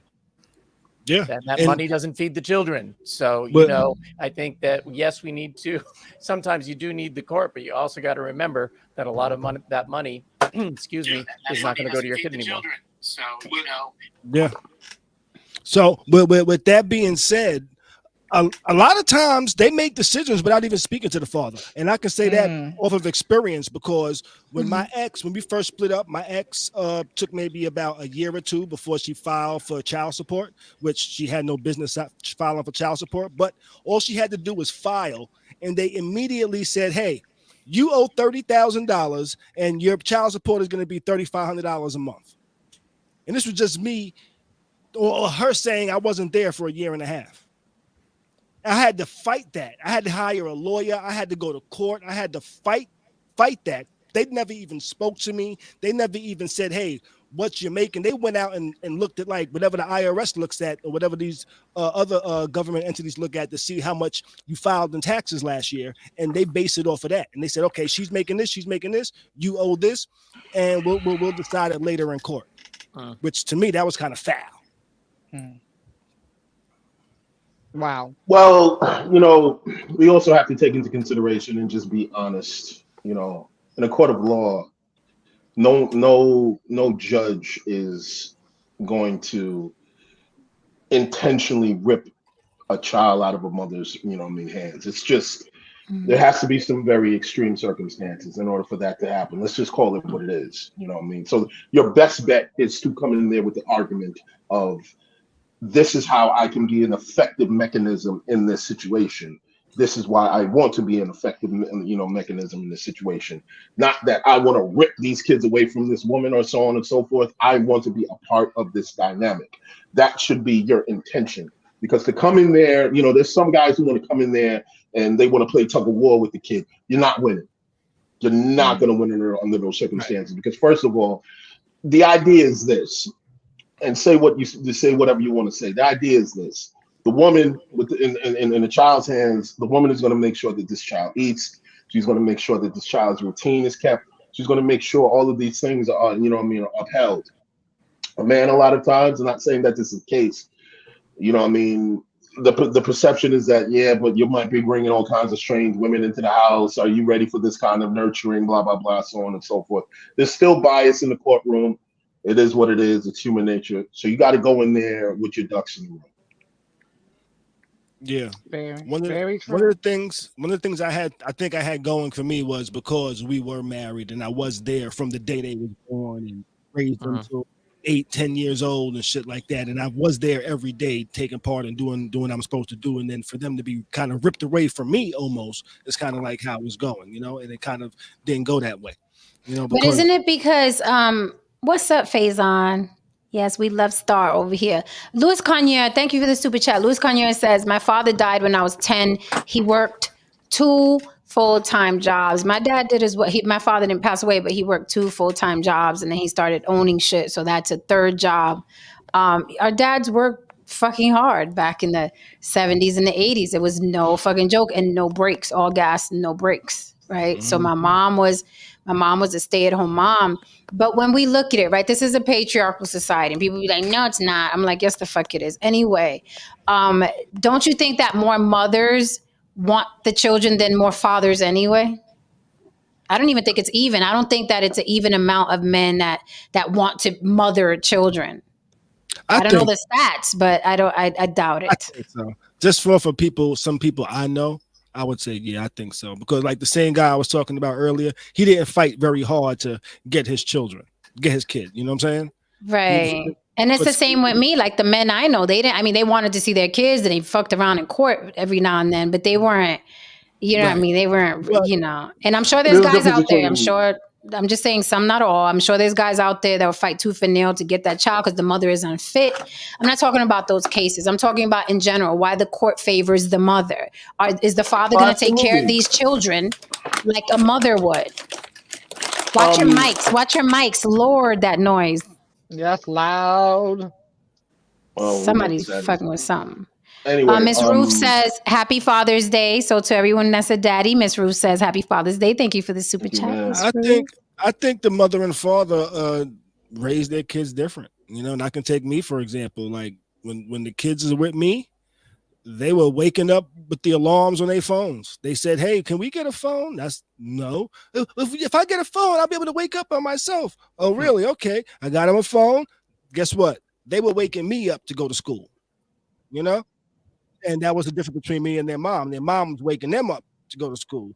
I made it their responsibility to wake up, and they would wake me up to go to school. They would always. I think that first of all, the ideal situation is mommy and daddy in the home. That's the ideal situation. Yes, I agree. Hands down, no questions asked. However, if both of them are great parents, I would give the kid to the mother. I just would. I just think it's I think a child needs its mother till it comes of age. I think men and women have 2 different energies and dynamics. That's why when the boy acts up, then you send that little fucker to his father. And then his father straightens him out. Like men and women, we're just, it's 2 different energies. It'd be beautiful to have them both under the same roof. But that doesn't always happen. Unless, there's always exceptions to the rules, unless she's not a naturally maternal person. Well, right? That's unfit. That falls under unfit. Right. Okay. There we go. Yeah. Because that's what I'm thinking of. I'm thinking of somebody now, and the dad is very, very, very, very hands-on, and they're both in the home. They're both, it's mommy and daddy in the home, but the mother is more career-driven, and the dad is very hands-on. and she's Well, just kind of there. one of my best friends is like that. He's been Mr. Mom for decades. He's the one that cooks, and I'm talking about cooks. He cooks, cleans, and his wife brings home the chips. And that's how they've been for decades. But he's super maternal. Like that's just his nature. That's the person Like I'm people thinking of. used to think he was gay, and I'm like, he's not fucking gay. He's very nurturing. That's how he is. Like he's very nurturing. I'm like, but you can't be anything opposite Yeah. of what the labels tell you to be, right? Look, I had an older dude tell me this, decades ago. He said, and particularly with boys, he said that the child should be with the mother up until a particular age, up until like maybe 11, 12, particularly with boys. And then when he reaches that threshold, the man comes in and basically tells you, okay, your mother told you what this is. Well, this is what this is. And he continues with the rearing of the child. Personally, yes, I agree with that. The way my brain functions, period, is that, okay, I got to go get resources. I have to put all my energy into go getting these resources. Money this, money that, boom, boom, boom, boom, boom, boom, boom, boom, boom. Because I can't help anybody. I can't fix anything. I can't do anything unless we got any money. I'm glad you said that. Oh, I'm glad you said that. Roll your sleeves up.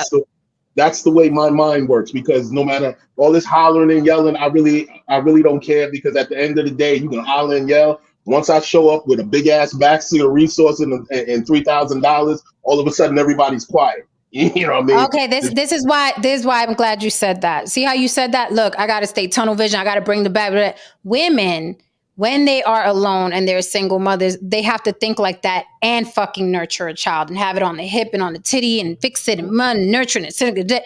That's why I said that's why the gift section is bigger at Walmart for Mother's Day. Okay. Because with everything you said, and it's burdensome. Men go out there and they kill the buffalo and bring it back. But when a woman is alone, in my opinion, she's a fucking badass, because she has to go out there and get that fucking buffalo by herself and then come back and nurture the babies.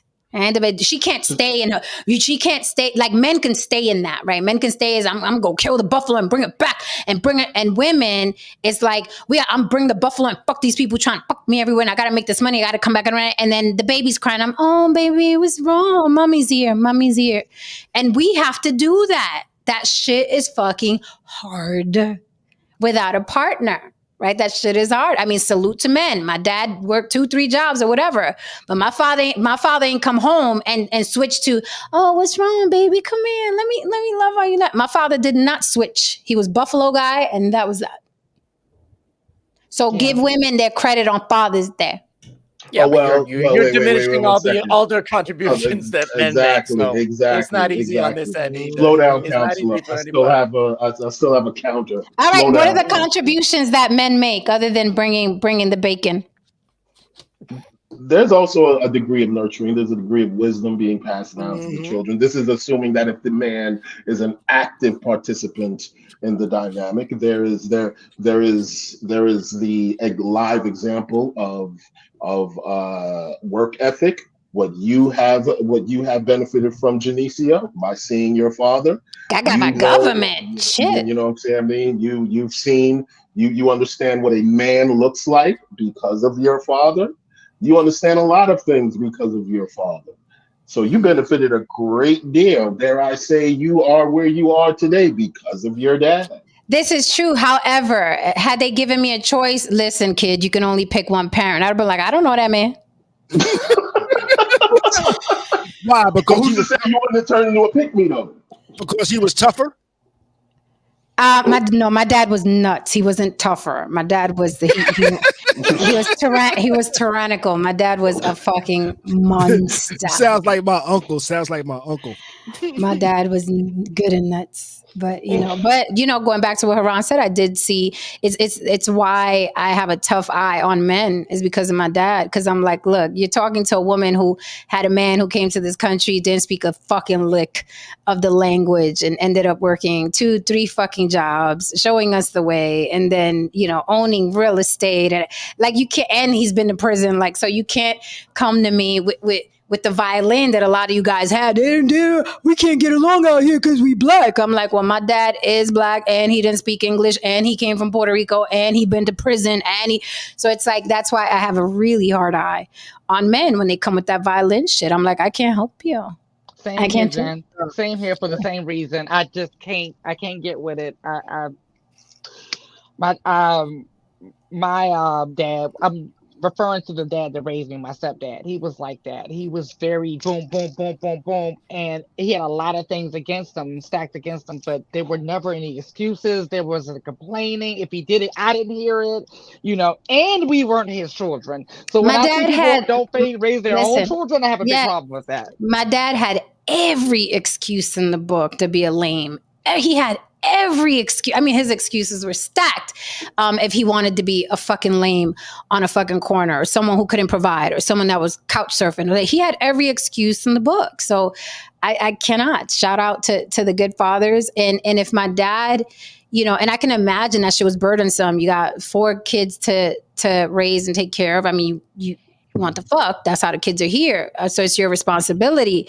But he lived up to the fucking responsibility. He brought the kids here, and he made sure that we were taken care of. Super strict, super protective.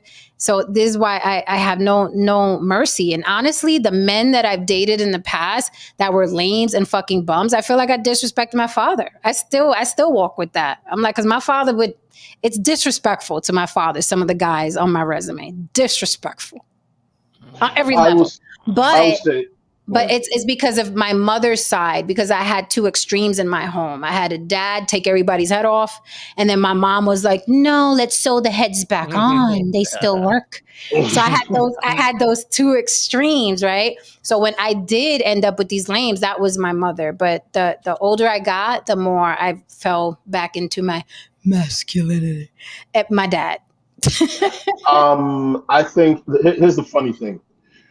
For men who are about going out there and killing the buffalo and so on, they can't really come back home and be nurturing and per se loving and emotionally there.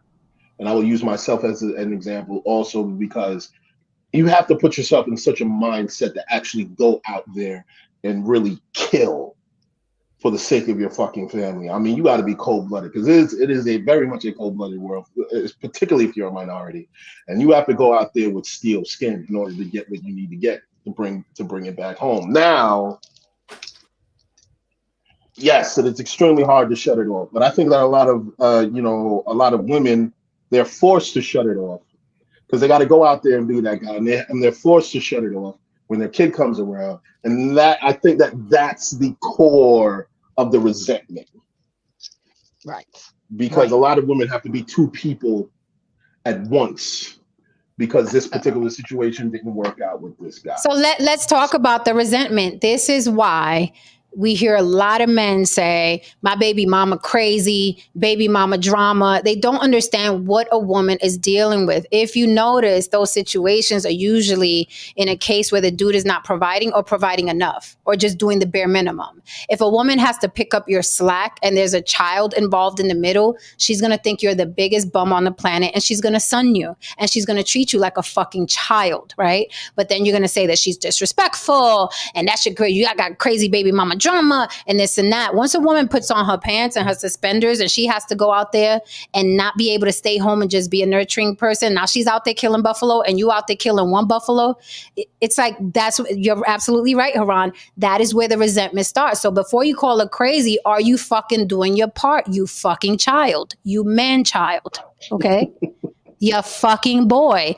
Because once a woman sees a man in that light, it is super hard for you to climb out of that hole. Once a woman feels like she has to mother you as well, you are going to get treated like a fucking child. But you don't like it. But here's the thing. All men don't get treated like children. Some men come and do what the fuck they're supposed to do. Hecho y derecho, bring home the bacon, bring home the buffalo. And women be like, hey, listen, how many times have we heard Because I've been one of them. How many times have we heard, I can't really get on my baby father because he take care of business, honey. Like, I may not like him. He may be an asshole. He may be this, that, but I can't say nothing about how he take care of this child. How many times have we heard that? Because the woman, even though she resents the breakup, still respects So the true. level that man is on. And you can't deny that. You just want to Very make all true. women crazy. You want to make all women crazy. No, that's not how it works, Papi. Okay, that's not Very true. how it fucking works. When a man is taking care of his business, we see that shit. We may talk shit about him with our girlfriends and be Right. like, girl, I can't say nothing about him. He be coming through, taking So care of true. her or taking care of him. But it's like you want to lump all the women. Does that woman resent you? And why? Why does that woman resent you? Ain't nobody wants to talk about that. So Because she's had to come out of her nature. And when a woman has to come out of her nature, it's going to be met with resentment. It's going to breed and build resentment. However, well, sorry, didn't want to step on you, Lily. No, I'm done. We haven't talked a lot about those cases where the woman is just an asshole. Can we open up that door? They exist. They exist. Yeah. They do. I got They exist. real lucky. I have a lot of friends who didn't, you know what I mean? But there are some people who are just bad people. And, they are. Yes, I know one of my sister's an asshole. She's like I was like, I wouldn't want to be your baby daddy. But David, that's where the courts come in. I felt like her baby daddy didn't do enough to stay in my niece's life. And it affected her greatly. And I know he stayed away because he was like, I just don't want to deal with this woman. And I understand because I don't like dealing with her either. So I completely understand how he feels. Shit, I'd be out of there too. However, I think, and he had the means to fight her in court. He just got tired of fighting and was like, look, they taking this money out my check any fucking way, sayonara. And he said sayonara to the entire thing. I think another component of that too is sometimes you look into that child's face and you see her. Ooh, You know can what we I talk mean? about that? Yeah, and that excuse me, that can affect your relationship with the child and also give you that fuck it factor. Like, great, I'm gonna be raising another her, and you feel that resentment every time you look at your own child. So I personally wouldn't understand that perspective, but I can understand it, coming to play when we get into these really like. You remind me of your daddy. Yeah. I know quite a few adults like that like they're adults now, and the parent that they were raised by constantly told them that and constantly treated them like the parent that they hated. I got one person in particular, never met her dad, never ever met her dad, but looks exactly like her dad and took the brunt of her dad and her entire till this day in her early 60s. My daughter looks just like her dad too, just the girl version. And then I softened his features because his features are sharp. He has sharp features. My kid looks exactly like me. Lily and Jen song, yeah. Mm-hmm. She treats my daughter, her daughter as well, very well. So she didn't hate me that much. Mm-hmm. Don't smash, Haran. Don't smash. Don't smash. Oh no. And then January 2024. Jen, you still smashing your baby mom? Listen. Just listen. Don't do it. Not gonna believe this. I swear it was just one to kill. Hey, me and my ex-wife had sex the day we got divorced. So. Oh. I never heard of consummating a divorce. Right. Breakup day is the best day. Oh yeah, David, he does stick to that. Yeah, you do. You're consistent. And then some times after that as well. So I can't even. And there's no sex like exes. Sex like exes. Yeah. That's true because there's so much anger and passion and confusion and resentment in there. You know exactly what buttons to push, and and that stroke, you just want to just make sure that they understand what they're fucking missing, man. And it's like, yeah, that is true. Let me see. Can y'all see that? What? Hold on. Let me put you on the big screen. I'm scared.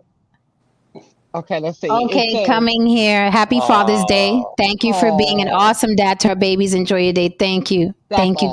awesome." She want to That's from smash? my ex-wife. She want to smash? Oh, Kyrie, no disrespect or anything. Kyrie, it seems that Kyrie has a very nice looking, baby mama. You Just know for what I that mean? small picture, you The can really rest, pick up that much. I'm a man. I, I'm a man. I'm a That man. I, picture's, I'm a that man. picture's not that big. I'm a man. I, Trust me. Men know. Men. I changed We pictures over the year. When we first split up, it was like a picture of a goblin. yeah. okay. Men know. We check the neck. We start calculating how broad the shoulders No, are. We figure no, the back is Hey, either Ray this wide or that Charles? wide. Hey, Yeah. Ray Yeah. Charles? Yes, ma'am. Yes, Ah, ma'am. I don't trust neck up pictures. We don't do from hey, the neck up, boo boo. we're, yeah, we're, look. Is there a we're mirror in very the background reflecting anything? Can I check we're out very that good side? I friends. know. Yeah, Yeah, we're you go very good friends. CSI on those images. She lives less than a half a mile away from me. Shoot, less than that, But I've still yet to change her name back to her name. It used to be her name. When we split up, I changed it to just BM, and it's been that since. I haven't changed it back yet. So Okay, so let me seem ask a to. question. I'm going to put everybody in the hot seat. What was the topic for Monday? Lily Haran, I can't scroll back. It's not letting me scroll up. Wasn't it? It was something really good for Monday. Tomorrow? Yes. Well, Oh, we were Yeah. talking it's about the hip Juneteenth hop industry. We were talking about the hip hop industry, and I Wait, basically Juneteenth is tomorrow? tomorrow. yeah, Yeah, but Juneteenth we're is not going to tomorrow. talk about that. Yeah, we're not going to talk about how the white man gave himself a holiday for reminding black people that they're free. yeah, No, it We're was not going something to else. do It was that. something good. It was We're something not gonna- good. Okay, was. it was in regards to hip hop, and I was I'm asking you in terms of what I mean, because I'm seeing a lot of these female rappers. Oh, okay. I You remember got it now. now? Yep, Okay, now cool. Awesome. I Awesome. remember. Um, You we just can gotta, we gotta. go brown. I hate that fucking song. And that's exactly how I got the idea. I was actually watching that fucking video. Came on my timeline. mm, We seem to be having a very interesting exchange in the chat right now. Some Yeah. gentlemen seem to be going yeah. through Mhm. some fisticuffs. Oh, what's One of Yeah. them going called on, Well, darlings? Nazir's been oh going through it tonight about yeah, Father's Day.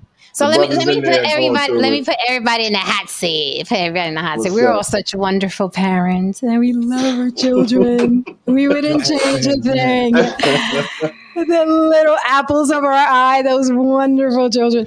Would you do anything? And I'm not asking you, can you erase your kids from your life? Because that's the, no, oh my God, I would never. I get it. I got it. I'm good. I'm gone. But would you do things differently now looking back at your life? Would you just have done things differently regarding children? Would you have just stopped at the one? Would you have not none? Would you have had none? Would you have had them later? Would you have had them when you had more money? Would you have had them better in a marriage? Like, would you change anything? It goes without saying we all love our children and we'd swallow a bullet for them. I understand. But would you do anything different for I'll go everyone first. who has children? Go I'll ahead, go go ahead, first. go ahead, Haran. I needed to have a child. I needed to have a child. I needed to have a job. I said this one the other day. I need this. I need structure. I need order. Without all these things, I'm a fucking wild man. Without all these things, I'd probably be on somebody's couch drunk. I'd probably be having like 2, 3 chicks in the bed. Oh no, I'm a very extreme person. You know what I mean? I'm a cowboy and I need shit to answer to in order to function like a human being. I know what I am. If I don't have anything to lose, I'm a problem. So I needed those things. So yeah, it's a blessing to have had my job. So, and at that time that you had her. It was perfect. It was perfect that I had it at that time because Okay. I was just kind of coming out of the industry from what that was. You know what I mean? I met a mother. I was being responsible consistently. And yeah, I needed that. Okay. Next. I would On the do chopping the same thing. I would not change things. I obviously if I had waited until Gayland, I would have been looking at surrogacy or something like that. And so for one really selfish reason, I'm grateful that it was at a time in my life where I could have my own biological child with another involved biological parent. And again, timing was right career-wise and money-wise and everything like that. I think that all went into place. You know, you go into the relationship thinking it's going to last forever, and it doesn't. Yeah, I wouldn't change a thing. I would keep it as it is. Okay. Kari, no saint. For me, I would have probably pursued my dreams more. You know, when I was young, I dreamed of doing music and pursuing music. But when I had kids, I kind of stopped that, focused on learning a craft, which happened to be software engineering, and going into that field and making that pretty much my career. You know, I've been doing that for 20 years now. You know, I've made music here and there on the side, but I never actually chased it. I just made it and pretty much listened to it in my car, and I never actually said, okay, let me go out and see if I can actually do this. You know, so that's probably one thing to change. Yeah, because I think now, looking at it, I could have done it all. You know, I could have studied in a farm and pursued maybe not as hard as I should have. Is this stream messing up or is this mine? Your sound is going out. My sound was going out? There you Now, go. now it's better. Uh-huh. Okay. Now I feel like there's something, I think looking back, I could have maybe did a little more pursuing that, but I don't really have too many regrets about it. Oh, I like that. So basically, you wish you had pursued your career prior to having a child, but now you look back and you're like, "What I could have did both." Right. Okay, fair enough. But that's looking back. You know? Yeah, absolutely. No saint. What say you? Yeah, well, I don't think there's ever, at least for me, because I waited until I was in my 30s before I had my first child. So, and when we talked about it, she said, "Are you ready?" And I thought about it because for the longest time when I was 25, I'm like, I'm not going to get married until I'm, between 25 and 30. I'm not, I don't feel like I'm ready for kids. When she asked me that, I thought about it. I'm like, I don't think I'll ever say I'm ready to have kids. So it's got to be yes, because you're never ready. Yeah, there's never the right time. Yeah. So as far as your question, we were going to have 2 and we had 3.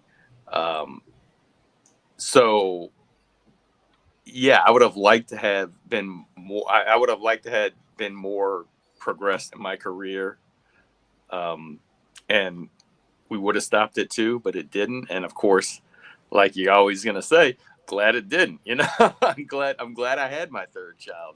But originally, yeah, we were done at 2, and then we weren't. So do you think that's because well, he's here and you gotta love him? So when you say we should have stopped at 2, you're like, I'm glad I didn't. We decided we were going to stop at 2. And the fact that, because I had 2 sisters and no brothers, and the fact that my oldest son had a brother, I was very happy.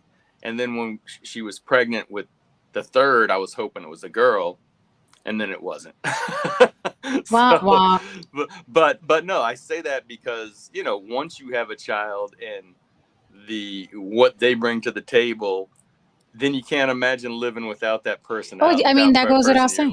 Yeah. So, I mean, I'll never say like, oh, yeah, I have to. No, I mean, or do I say that because I have to? No, I mean, because now I know that person. But if I would have never known that person, we would have stopped at 2. Right. So. Well, that's the same as, you got it. They're here. The little runts are here. With me, it's 50-50. I'm with Kari. I wish I would have pursued my career more. And I wish I would have had counseling. I wish I would have had elders in my family that were more about business and could have counseled me and been like, Jen, maybe you should hold off because X, Y, and Z. I didn't have that at all. Like I didn't have my dad was all hustle. He didn't have time to sit down with me and be like, look, wait. And my mom she was neck deep in kids and all that other shit. But looking back, I just wish I would have had more counsel. And then I would have waited. And it's crazy. It's not really so much even for me per se, but I would have wanted to give my daughter so much more during those years versus, well, I got to go to work and I got to go to school, so I can't be here. Like, it would fucking kill me when I would be at work 9 to 5, and I would look at the clock, and I'm like, okay, she's out of school at 3 o'clock, and she has to go to the after school program until 6 to like, and that used to, I mean, when I'm telling you, it used to kill me. Every time at 3 o'clock, I'm like, my baby's walking to the after school program. It's hell. It's hell to have to work when you want to be home, nurturing and loving and caring on a child. So I would have waited longer to have her. So just our situation could have been better, and I could have done more. But like No Saint said, yeah, we can't picture our lives without our kids. Duh, that goes without saying, right? Mm-hmm. And then a little bit of Haran, I think she came at the right time because I was in them streets and I was doing some really crazy illegal shit that could have got me 25 years. Back then they were throwing football numbers at women doing what I was doing, or I could have been worse. I could have been deleted off the planet. So she came when I found out I was pregnant. I was like, whoa, I gotta like quit everything because now I got somebody's coming. I gotta look out for. So it was divine timing, you know what I mean, with her. But I just wish I would have waited so I could have given her more. And of course, kids are like, Mom, we were fine. I had everything. Right? But I'm like, no, but I could have taken you to Paris at 5 years old, and I could have got you a wipey warmer so your little booty wouldn't have been cold. It's just like, Ma, stop, just stop. And I'm like, no. But it's parent guilt. We're gonna have it no matter what. We're gonna have it no matter what. Yeah. But it's hard. It's hard to let go. The only thing in my life that I regret getting involved in show business at a very young age, because it gave me a very warped view of people.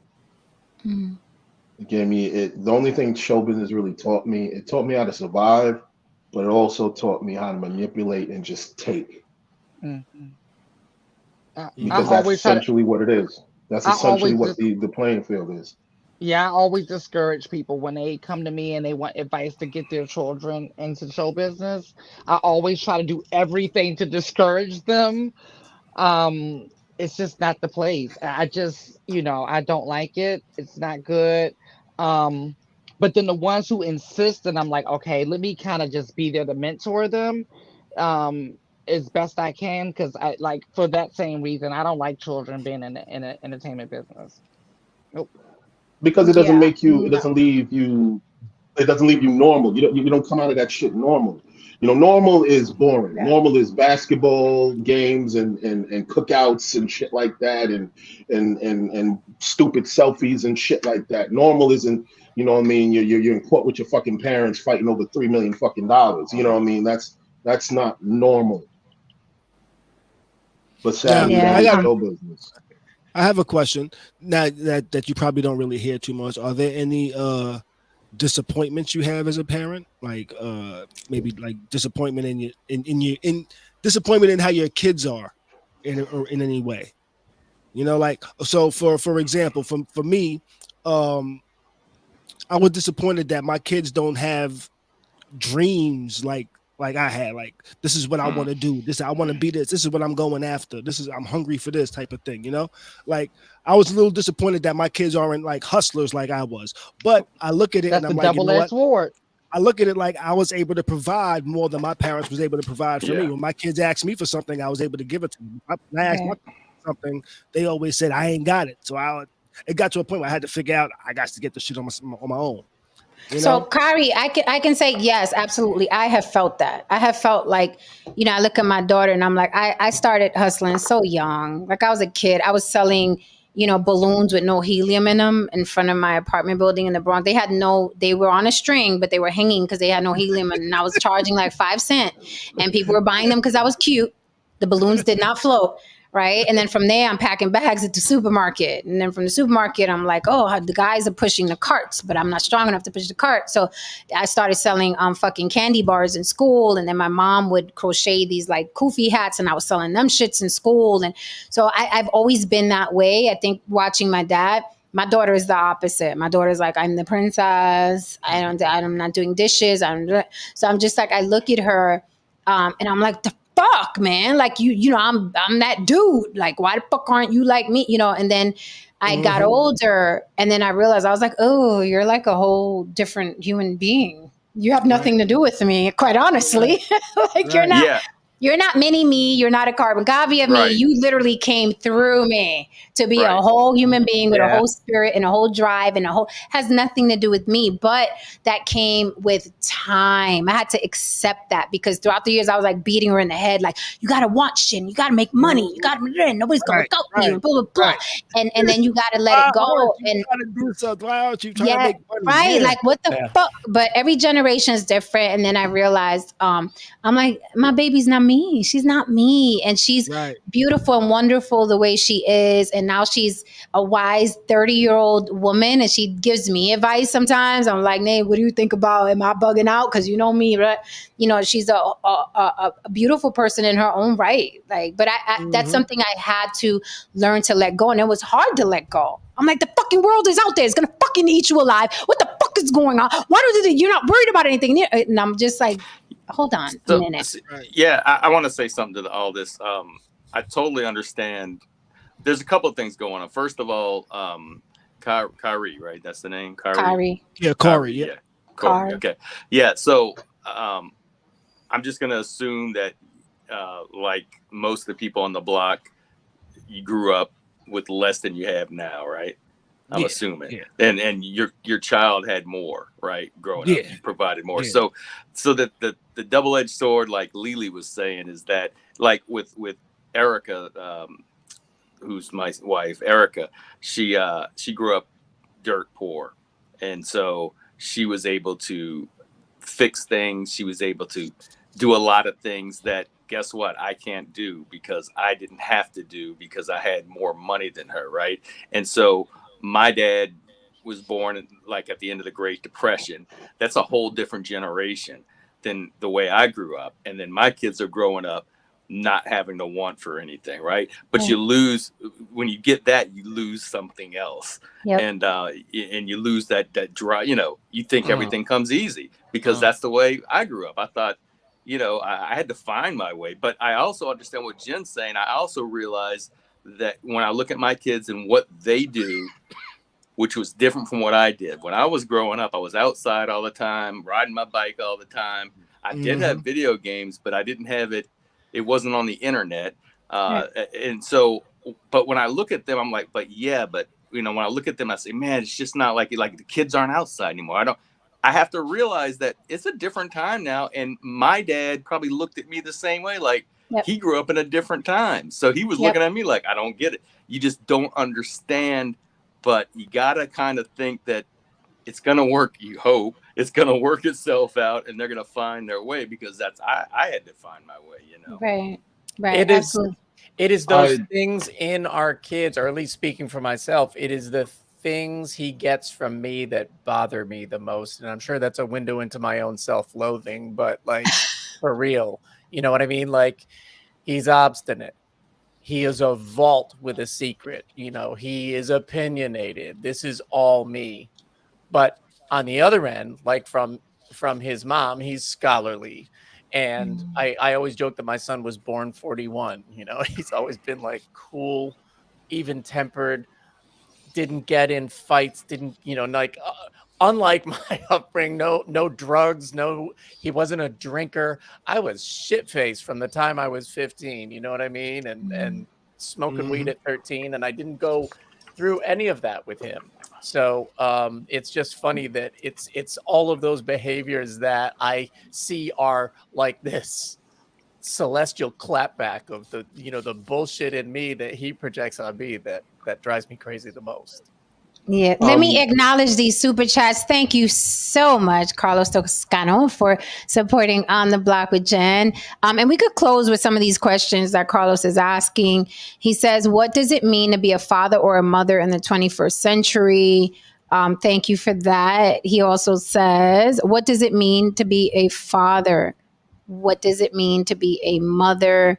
And he also says, peace and love to you all. Peace and love to you back, Carlos. So good to see you. So, I mean, we can close on that question. What does it mean to be a father and a mother in today's society? That's a loaded question. I'm It really is. interested in I hearing that.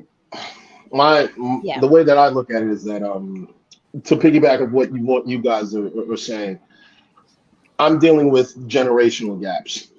Like for instance, my child, she one of the things about her that kind of rubbed me to not no, it really rubbed me the wrong way is because we were talking about a particular thing that was out of her wheelhouse, and she didn't want to go in that route because it was too hard. And I'm like, whoa, whoa, whoa, whoa, whoa, whoa. I had to nip that shit in the bud. Like, no, we don't do that over here. You know, we go in the fire. You know what I mean? We fight the biggest dude on the block.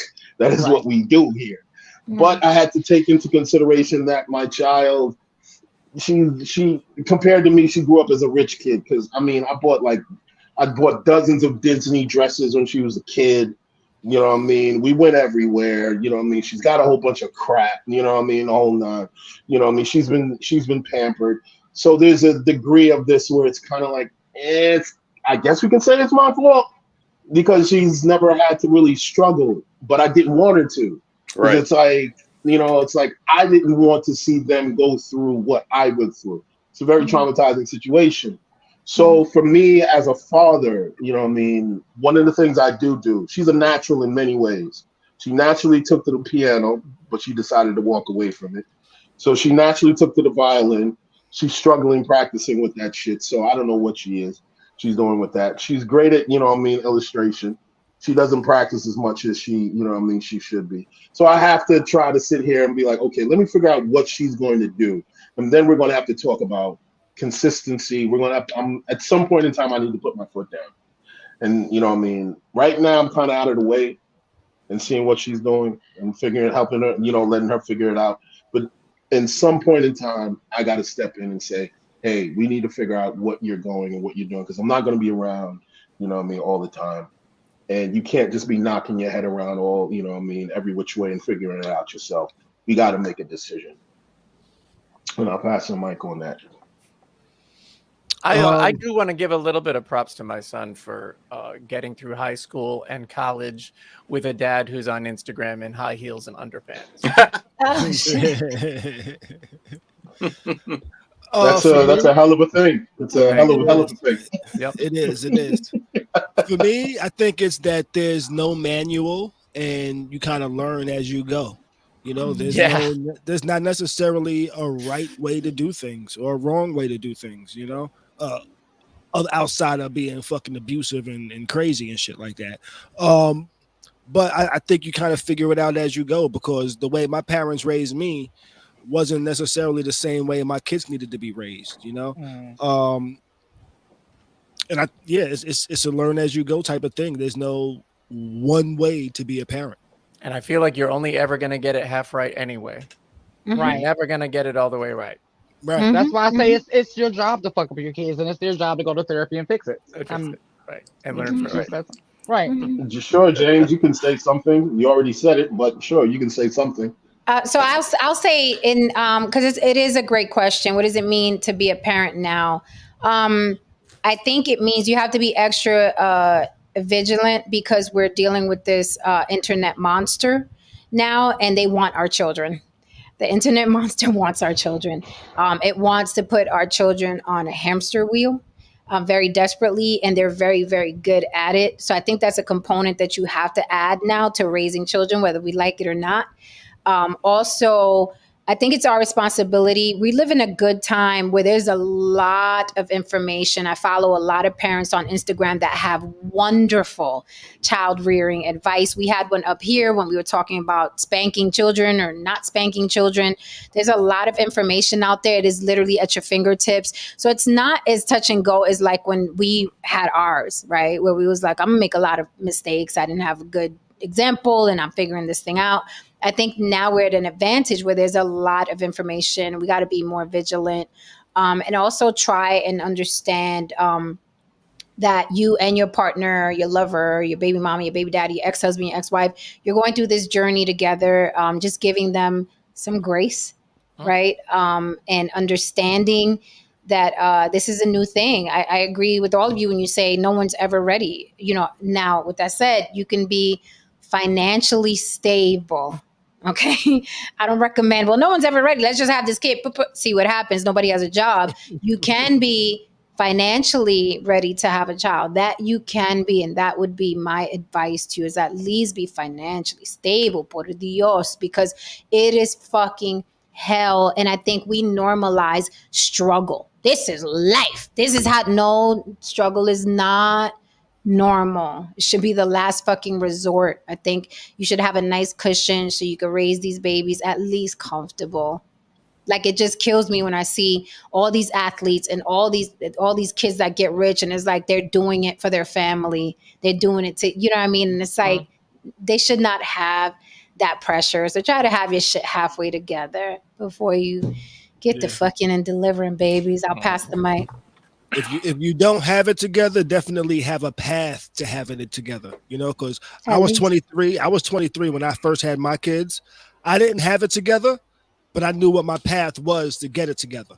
You know, and it was only like 2 or 3 years before I got a job that was paying me almost $100,000. You know what I'm saying? Mm-hmm. So I had a path. I didn't have it together, but I had a path to get there. So at least have a plan if you ain't got your shit together and you're smashing with no condoms and splashing with no condoms.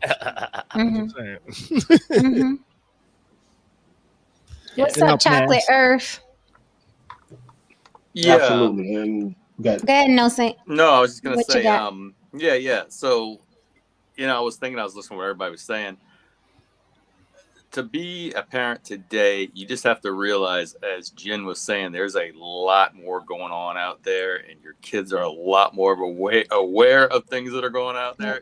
You have to be listen, my parenting style has always been, don't scare your kid to the where they're not going to talk to you. You know, it was so funny. It was so funny. I was in when we were in Europe with Andrew, and we were talking. I was asking about things. He's like, Dad. He's like, I said, so it was about school. He's like, Dad, you're gonna get mad, but at school, there's a kid. He brought I don't know if it was some kind of vodka or whiskey, and and I tried it. I took because in Europe I was letting him drink some beer, because you can, as a parent, you can let your 16-year-old drink in some spots in Europe. And I told him, I was like, and so when he said that, I was like, yeah, I did the same thing when I was in 8th grade, because it's true. You got to remember where you came from. I said, there was a girl that brought some Seagram 7, and we used to like hit it in school. So I mean, but I say that story just to say that that he wasn't scared to come with me with something like that, because, I'm going to direct him. If I think it's a big deal, then I'm going to say, listen. And I've talked to him about drugs and about how it's not the same as when I was young, because now there's fentanyl out there, and it could be one thing and you're gone. I mean, we had a lady here that works here, that 18-year-old daughter graduated, supposedly her first time trying drugs with a friend. Her friend survived, but she died. 18 years old. Fentanyl was mixed in with the drugs. So I don't sit there and say don't do certain things, but I let them know that, hey, if you're going to do it, get it from a reputable place, like if you go to Colorado and do it or something like that, I don't know. I guess I got on a little rant. No, but I mean, the core of what you're saying is like, don't parent by fear. We were scared of my dad. Yes. You know what I mean? Like he talked a mean game. He wasn't a violent guy. I mean, he didn't spank. He kicked us in the ass, literally kicked us in the ass, but like, that was frightening. And it was something, when I became a parent, where I was like, well, that is not who I want to be. I don't want a kid who respects me because he's afraid of me. I want him to know that he's loved. Now, whether or not I succeeded, I don't know, because I am, I did definitely have a history as a hothead motherfucker as a father. And I've mellowed a little bit with age, but, nonetheless, I don't think, being that fearful parent is doing your children a service. Yeah, don't have them afraid of you, and also don't panic. Again, I say don't panic and get scared when they start doing things and trying things. I always say, I said my perspective, Steve. When they start don't panic when they start doing things. I always say, in My daughter tells me, Ma, I was out there. I did certain things, but you were always in the back of my mind. So always talk to them because they're gonna take on their own journey and they're gonna experiment. But at least she had that chip in the back of her head. It was like, my mom thinks X, Y, and Z about this thing I'm about to do. And that's the best that we could do, to give them all our love and hope for the best. Send them out there and hope that what we said sticks, because they're going to do what the fuck they want to do, just like we did. Yep. Exactly. So when I was a kid, I remember watching movies, and these movies, there would be like movies that there would be some type of magic going on, and it would be some shit like, oh, you're an adult, you forgot what it's like to be a kid, you know? And that's something that I kind of like took with me as an adult. It's like, you know what? I'm going to remember what it's like to be a kid. You know? Remember the we get protective. We get protective because we know what's out there, because we did it. Right. And we want to protect them. Like, I don't, I mean, I survived it. I don't know if you're going to survive it, so I got to protect you, but that's the wrong way to go. We just have to, and be raw with kids, because a lot of parents are like, hey, I don't want to talk about that. Meanwhile, they're seeing beheadings on YouTube. They're seeing people do drugs. They're seeing people give birth. They're seeing autopsies. They're seeing murder. It's a whole different situation. So while you're over there thinking, oh, I don't want to talk, it's embarrassing. And they done seen 5 different porn, every which way, what I mean? You're like, no, I don't want, you have to just come out with it with your kids. I gave my kids permission to curse the moment they started playing games online with older people, and they'd be like, you fucking motherfucker. And I heard that shit once. I told my son, yo, you can curse. You have my permission to curse. You can tell them, fuck you, suck my dick, bitch, nigga. I don't care. You just can't say, fuck you, dad. Yeah. You can curse. You just can't curse at me. You can't curse at your teachers. You can curse. I don't give a fuck. And from a since I'm the only one on the panel, from a grandparent's perspective, when you have grandchildren, you realize how fucking hard you were on your children. I'm not looking for it. You realize, because when you have the comfort of, oh, it's not on me to keep you alive, you're a whole different parent. These kids, you want the cookies, you want the extra this, you want to jump off the thing, let's jump off together. And when you have your own child, it's like, don't do this, you want to bubble wrap them. But when you have the comfort of, this child has a mother and a father, and I could just come in on the love end, you realize how hard you are on your children when you have grandchildren. You're like, whoa. So there's guilt involved. There's some sort of parental guilt in grandparenthood as well. Parents and grandparents. No, in grandparents, is there certain parental guilt involved? Are you saying? I don't know. I feel guilt for my child, but not grandparenting, because I don't even think I have no worries. Of course, I want to raise my grandchildren and be that matriarch, but I don't have the stress or the worry to make sure this kid survives and eats. Right? I come in. I'm the oracle from the Matrix, and I get to love. You don't get blamed for shit either. You don't get blamed for shit either. Right? No, they come, Grandma. All I get is, Grandma, can I do it? Mom's not letting me do it. And it's like, come on, I'll just. Right. So it's a beautiful thing, but it shows you that it's best to bring a child into a situation that's not high stress. Right, very true. Because when you're trying to keep that child alive, you are rigid with that child, and sometimes too rigid. You have to do this because we have to survive this thing, and it's really because your ass wasn't stable enough to bring that child out. So the child is struggling with you. And that's why I say, don't normalize struggle. People normalize struggle. It is not fucking normal. Yeah. It's not. I will say about grandparents, particularly when my mother I saw the way my mother was with my daughter.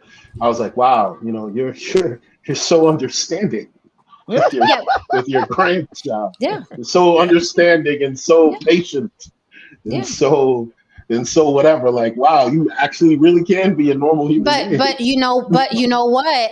If your mom was raising your child by herself, she wouldn't be that way. Absolutely. She'd be hard like she was on you, but it's like you have the comfort of that village, and it's like, oh, I can just get to be my nurturing, loving self. Like, that's all I ever wanted to be, was a nurturing, loving person. But you can't do that because you're killing the buffalo and you're bringing it back. You're protecting her from drugs, and you know what I mean? Now I'm just like, oh, baby, come here. They didn't give you cake, You didn't give him cake? What is wrong with you? Come on, we're gonna get some cake, baby. What do you think this is? It's that type of thing, and it's a beautiful thing. Oh, grandparenting it's a beautiful, beautiful thing. Beautiful, and plus when he says grandma, people turn around like, oh, grandma. Wow. Yeah. She had to throw that in there, folks. Oh, Shameless plug. She had to throw that in there, folks. I'm not mad at the hustle. I'm not mad. I'm not mad. As opposed I to love my it. little brother when he would go get picked up from the school, he'd be like, "Your grandparents are here." Oh, and those were his parents. Yeah. Yeah, my Oh, little shit. sister too. When dad has a baby at 57, my little sister lived that life. Yeah. Yeah. My I know brother's it. been living that. I know a girl that No. became a grandmother at the age of 37. Ooh. 37. I wasn't 37. Yeah, she was 37. I had a 38-year-old grandma.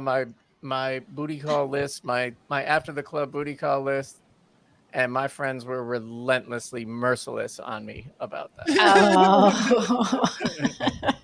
You smashing the grandma, huh? You Exactly. smashing Yep. the grandma. Smashing grandma. Grandma's A after the guilt. club. You off to I'm grandma. a guilt, damn it. That's right, a guilt.